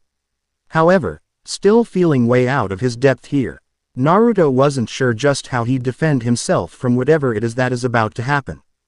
Hanako, he whispered. Yes, she answered. You have any kind of attack, in particular that could destroy those things? Naruto whispered to her. Hanako nodded. Yes. She paused as she placed her hands together and began to gather focus her mana. But the shockwave it'll make afterwards. If it can beat him and let us survive, then do it. He retorted. Hanako wordlessly began to form a ball of pure mana in her outstretched hands. Naruto could literal, why feel the power of it and felt it increase with every passing second. Daisuke's orbs were doing the same, with the young man still standing where he was. Naruto was tempted to attack him, but he didn't want to risk Daisuke launching the attack right at him earlier than expected. The young man seemed to notice this and bitterly smiled. Too cautious to charge at me, huh? He spoke up. Good call. With my Field Changer, I could hit you with one of the orbs and teleport to wherever I want, just like I did earlier. I could teleport you even higher into the air than before, or maybe send you deep underwater in a lake or something. But you don't have to worry about that. This is going to be my final strike. A nearly blinding flash of light occurred, said Flash coming from the orbs. Looks like it's done charging, Naruto thought in worry, preparing to try and dodge in case Hanako wasn't done with her own attack. Hanako, he muttered. Almost there, master. I can't exactly move or anything when I'm doing this. Hanako quietly replied, her concentration not breaking even with what was going on before her. Here we go, Nami-yan. Naruto looked at Daisuke, who began to slowly move his raised arm. Just another second or two, Hanako quietly said, a bead of sweat on her face now, undoubtedly from a result of how close she was cutting it here. This Attack of mine will strike the two of you like a meteor, fast and powerful, Daisuke said, explaining his attack. And Field Changer's teleportation ability will kick in and spread you two atom by atom all across the entire area. No matter how tough you are or how good your healing may be, you and your magical weapon won't be coming back together. Daisuke opened his eyes and then thrust his raised arm forth at the duo. Scatter Lance. The orbs shot forth on his command, going straight for Naruto and Hanako at a speed that not even a cage could hope to outdo. Naruto's eyes widened as he instinctively realized that Hanako wasn't going to be able to finish charging her attack in time. And avoiding the attack was all but impossible at this point. If only I could just rewind things for a second, he began to think, before an entirely new feeling quickly washed over him. Here, he continued to think. The strange feeling overcame him completely and as if it was an instinct. Naruto took a step forward and thrust out his right hand towards the incoming orbs and yelled out two words that felt so natural to him. Da Capo. Chikihiko and Katsu, who had managed to track the three down and were watching from afar as they did with the previous battle, could only stare in wide eyes at what happened. What? Katsu all but yelled out in shock. As for his young ally, Chikihiko could only stare, mouth slightly ajar at what happened. An intricate ocean blue runic symbol appeared before Naruto's outstretched hand, glowing brightly as the blonde had yelled out those two words. Immediately after this had happened, the orbs, which had been just about to strike Naruto and Hanako, suddenly disappeared and reappeared above Daisuke, though they were still in motion. Daisuke himself was just as stunned. What? Though the orbs still shot forth at the two, whatever had happened had done its part. Hanako. Naruto yelled. Yes. Hanako finally finished charging her own attack, and so it was in that instant that she took aim at the incoming orbs and now launched her attack. Levating. A massive blast of purely concentrate mana shot forth from her hands at a speed that far surpassed all of her previous magical blasts combined. Moving at nearly the speed of light, Hanako's magical blast connected with Daisuke's orbs. The orbs, Field Changer, stood no chance whatsoever. Immediately, the orbs were enveloped by the blast and destroyed, completely and utterly. That was when the blast finally exploded afterwards. From their watching spots, both Chikihiko and Katsu were nearly knocked off of their feet and they had to cover their eyes as they became witnesses to an absolutely massive explosion. Elsewhere, both Uichi and Miki stopped their search when they were blown back from the shockwave of the explosion. As the two of them landed ungracefully on the ground, they looked in the direction it had come from. And their breath hitched as they saw said explosion, coming from a more mountainous area, the area where Naruto, Hanako, and Daisuke were at. Naruto. Both of them needed no further confirmation as to where their friend was at. In an instant, Ryuiki and Miki took off, running at full speed. As for Naruto and Hanako, both of them too were thrown off by the explosion of the latter's attack. However, it appeared that Hanako wasn't affected too much as she simply took a few steps back, whereas Naruto, who hadn't been expecting such power, was blown back a dozen meters. Master, are you all right? Hanako asked with a voice full of concern. Whoa, was all Naruto could say as he stared wide-eyed at the sight before him. Hanako had aimed her attack, levating, upwards at the now destroyed orbs. Yet the explosion had been so massive that the area before them had been utterly decimated, with virtually nothing left standing at all. Konoha would have been wiped out 3 times over if it was hit with something like that, he thought, amazed by the power of Hanako's attack. Naruto immediately stood to his feet and Hanako tensed up. As the dust and flying debris ceased to be, both of them saw Daisuke, still in one piece, though rather wounded, with a number of bruises and cuts all over his now exposed upper body, his shirt having been destroyed by the mere shockwave of the explosion. Still alive, Naruto muttered, but immediately retracted his words when he saw yet another mysterious thing today. Slowly but surely, Daisuke's body appeared to become a bit more transparent. He even appeared to be almost actually fading away into nothingness. With his magical weapon now destroyed, he's fading away into nothingness, Hanako explained. Answering Naruto's unspoken question, a look of sadness appeared on her face as she spoke this. She even went as far to relax her body, no longer in any mood to fight. And no, Daisuke muttered. He was on knees and despite his disappearing body, he tried to stand up. Any and all forms of playfulness he had earlier were now completely gone. Now, as he slowly stood, he gazed at Naruto with open eyes. Determination blazing in them. I know I messed up by screwing around, but I can't disappear like this. He took a few steps forward. His body continued to fade away. The only reason why he was lasting this long at all was now due to his own willpower. I have to survive this, cause if I don't, my Oba-san, he said slowly. Naruto could only stare at him, his expression unreadable. He wasn't quite sure why, but he couldn't help but feel sorry for the guy. What about her? He asked, his voice calm. My parents died a long time ago. And she and I have no other relatives. Daisuke began as he continued walking towards Naruto. For as long as I can recall, Oba-san has always been in poor physical health, and the little village we live in isn't all that rich, so the medical treatment isn't great. He paused slightly, panting now. And the only medical treatment that is good is costly, so I have to try and cover for it, but it's just too damn much to pay for. Naruto's eyes narrowed slightly out of something akin to sympathy and sadness. Daisuke was clearly dying, that much he knew, and he could tell that the young man was speaking from the heart. I'm all she has left. And she's all I have left. Daisuke kept on walking, though with every step he now took, he staggered slightly. So I have to win this damn thing. I have to be the winner of Ragnarok. With the power I'd obtain as the winner, I can help her, without having to worry any longer about treatment. At this point, Daisuke had finally come within arm's length of Naruto. Neither Naruto or Hanako said or did anything. They didn't even bother to take up any kind of battle stance. Instead, Naruto simply stood there, his blue yes firmly focused on Daisuke's gray eyes of determination. Daisuke reared back his right fist weakly and threw a punch at Naruto's chest. The blonde didn't dodge nor block. He just let the punch hit him. It didn't hurt him in the slightest due to how slow and clumsy it was thanks to Daisuke's state. And yet, while it didn't hurt him physically, Naruto couldn't help but slightly take a step back, within that feeble punch. The originally playful Daisuke had bottled up the entirety of his will and that had passed on to Naruto, showing him just how serious the man was about this. Gua. Daisuke's legs gave out on him and he slumped to the ground.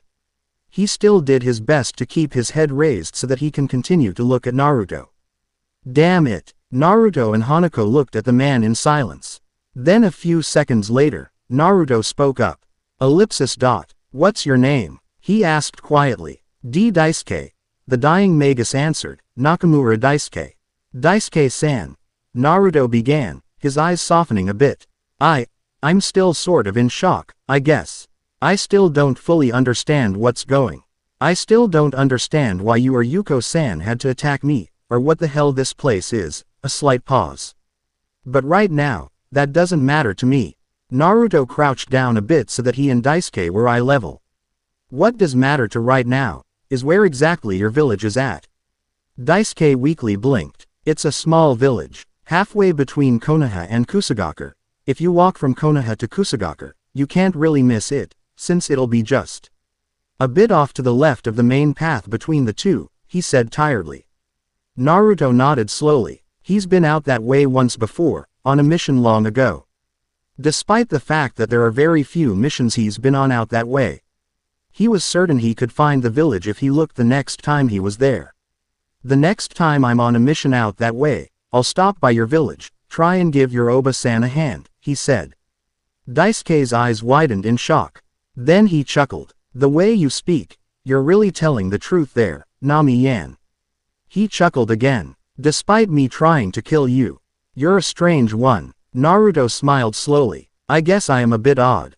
Daisuke nodded tiredly. He was silent for several seconds, looking down at the ground before looking back at Naruto. If or when you go there, stop at the house with a small shrine right next to the doorway. And maybe bring a few peaches with you. Oba-san has a thing for peaches. Naruto nodded. I will. Daisuke smiled peacefully. Then, with his will to continue on now gone, he finished fading away. Master, Hanako quietly said from her spot next to Naruto. Naruto didn't respond to her. Though he did slowly raised his head in surprise when a strange glowing occurred and ice space disappeared, returning them to the real world. Huh, it really was an entirely different dimension, he muttered. Noticing that all of the destruction caused to the environment in ice space didn't carry over to the real world.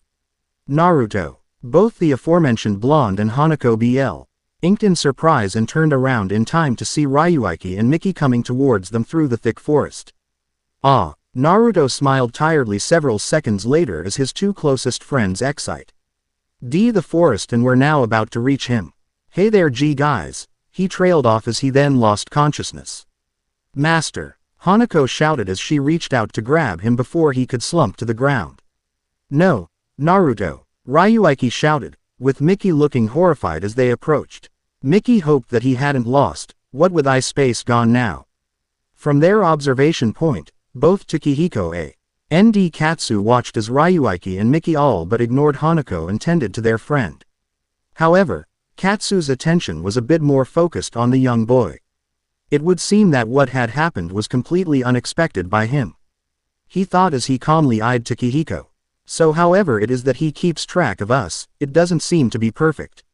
Then he looked at Naruto and Hanako. But moreover, that boy. For his magical weapon to be humanoid and to have such power. He brought his thoughts to a halt then and there, knowing himself well enough to know that if he continued this line of thought, he'd most likely try something rash. And that was something he couldn't afford. For the sake of achieving his wish, he simply can't afford to do anything even remotely reckless. As for Takehiko, the boy was eyeballing the son of the Hokage and his humanoid magical weapon. TCH. He was a bit amazed that Naruto had managed to triumph over Daisuke. He had a surprising deal of faith in the now defeated Magus. So the fact that Naruto had won in relatively short order made him stand a bit on edge right now.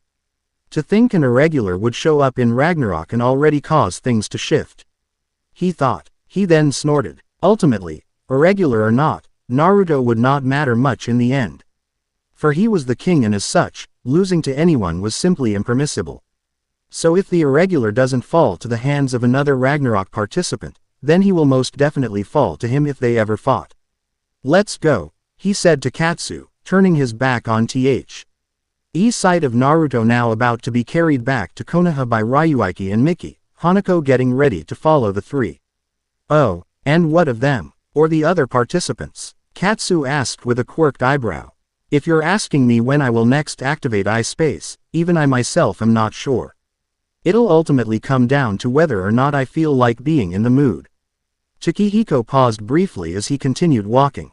At any rate, I will give them all at least a week or two before even thinking of activating ice space again, keep them in suspense and on edge, try and trip them up. Katsu nodded slowly. As an experienced shinobi, he could easily see the logic in what Takehiko was saying. However, he doubted that whatever the young boy had planned would go as he thought. After all, there are plenty of others out there who see themselves as being smart, only to stumble and fall in the end. And should that moment ever come and you try and get rid of me, I will definitely strike you down, boy, he thought. With that in his mind, he followed after Takehiko in silence, the first day of Ragnarok now over. The end. I hope you enjoyed this episode. Remember to subscribe and like this video. See you in the next video.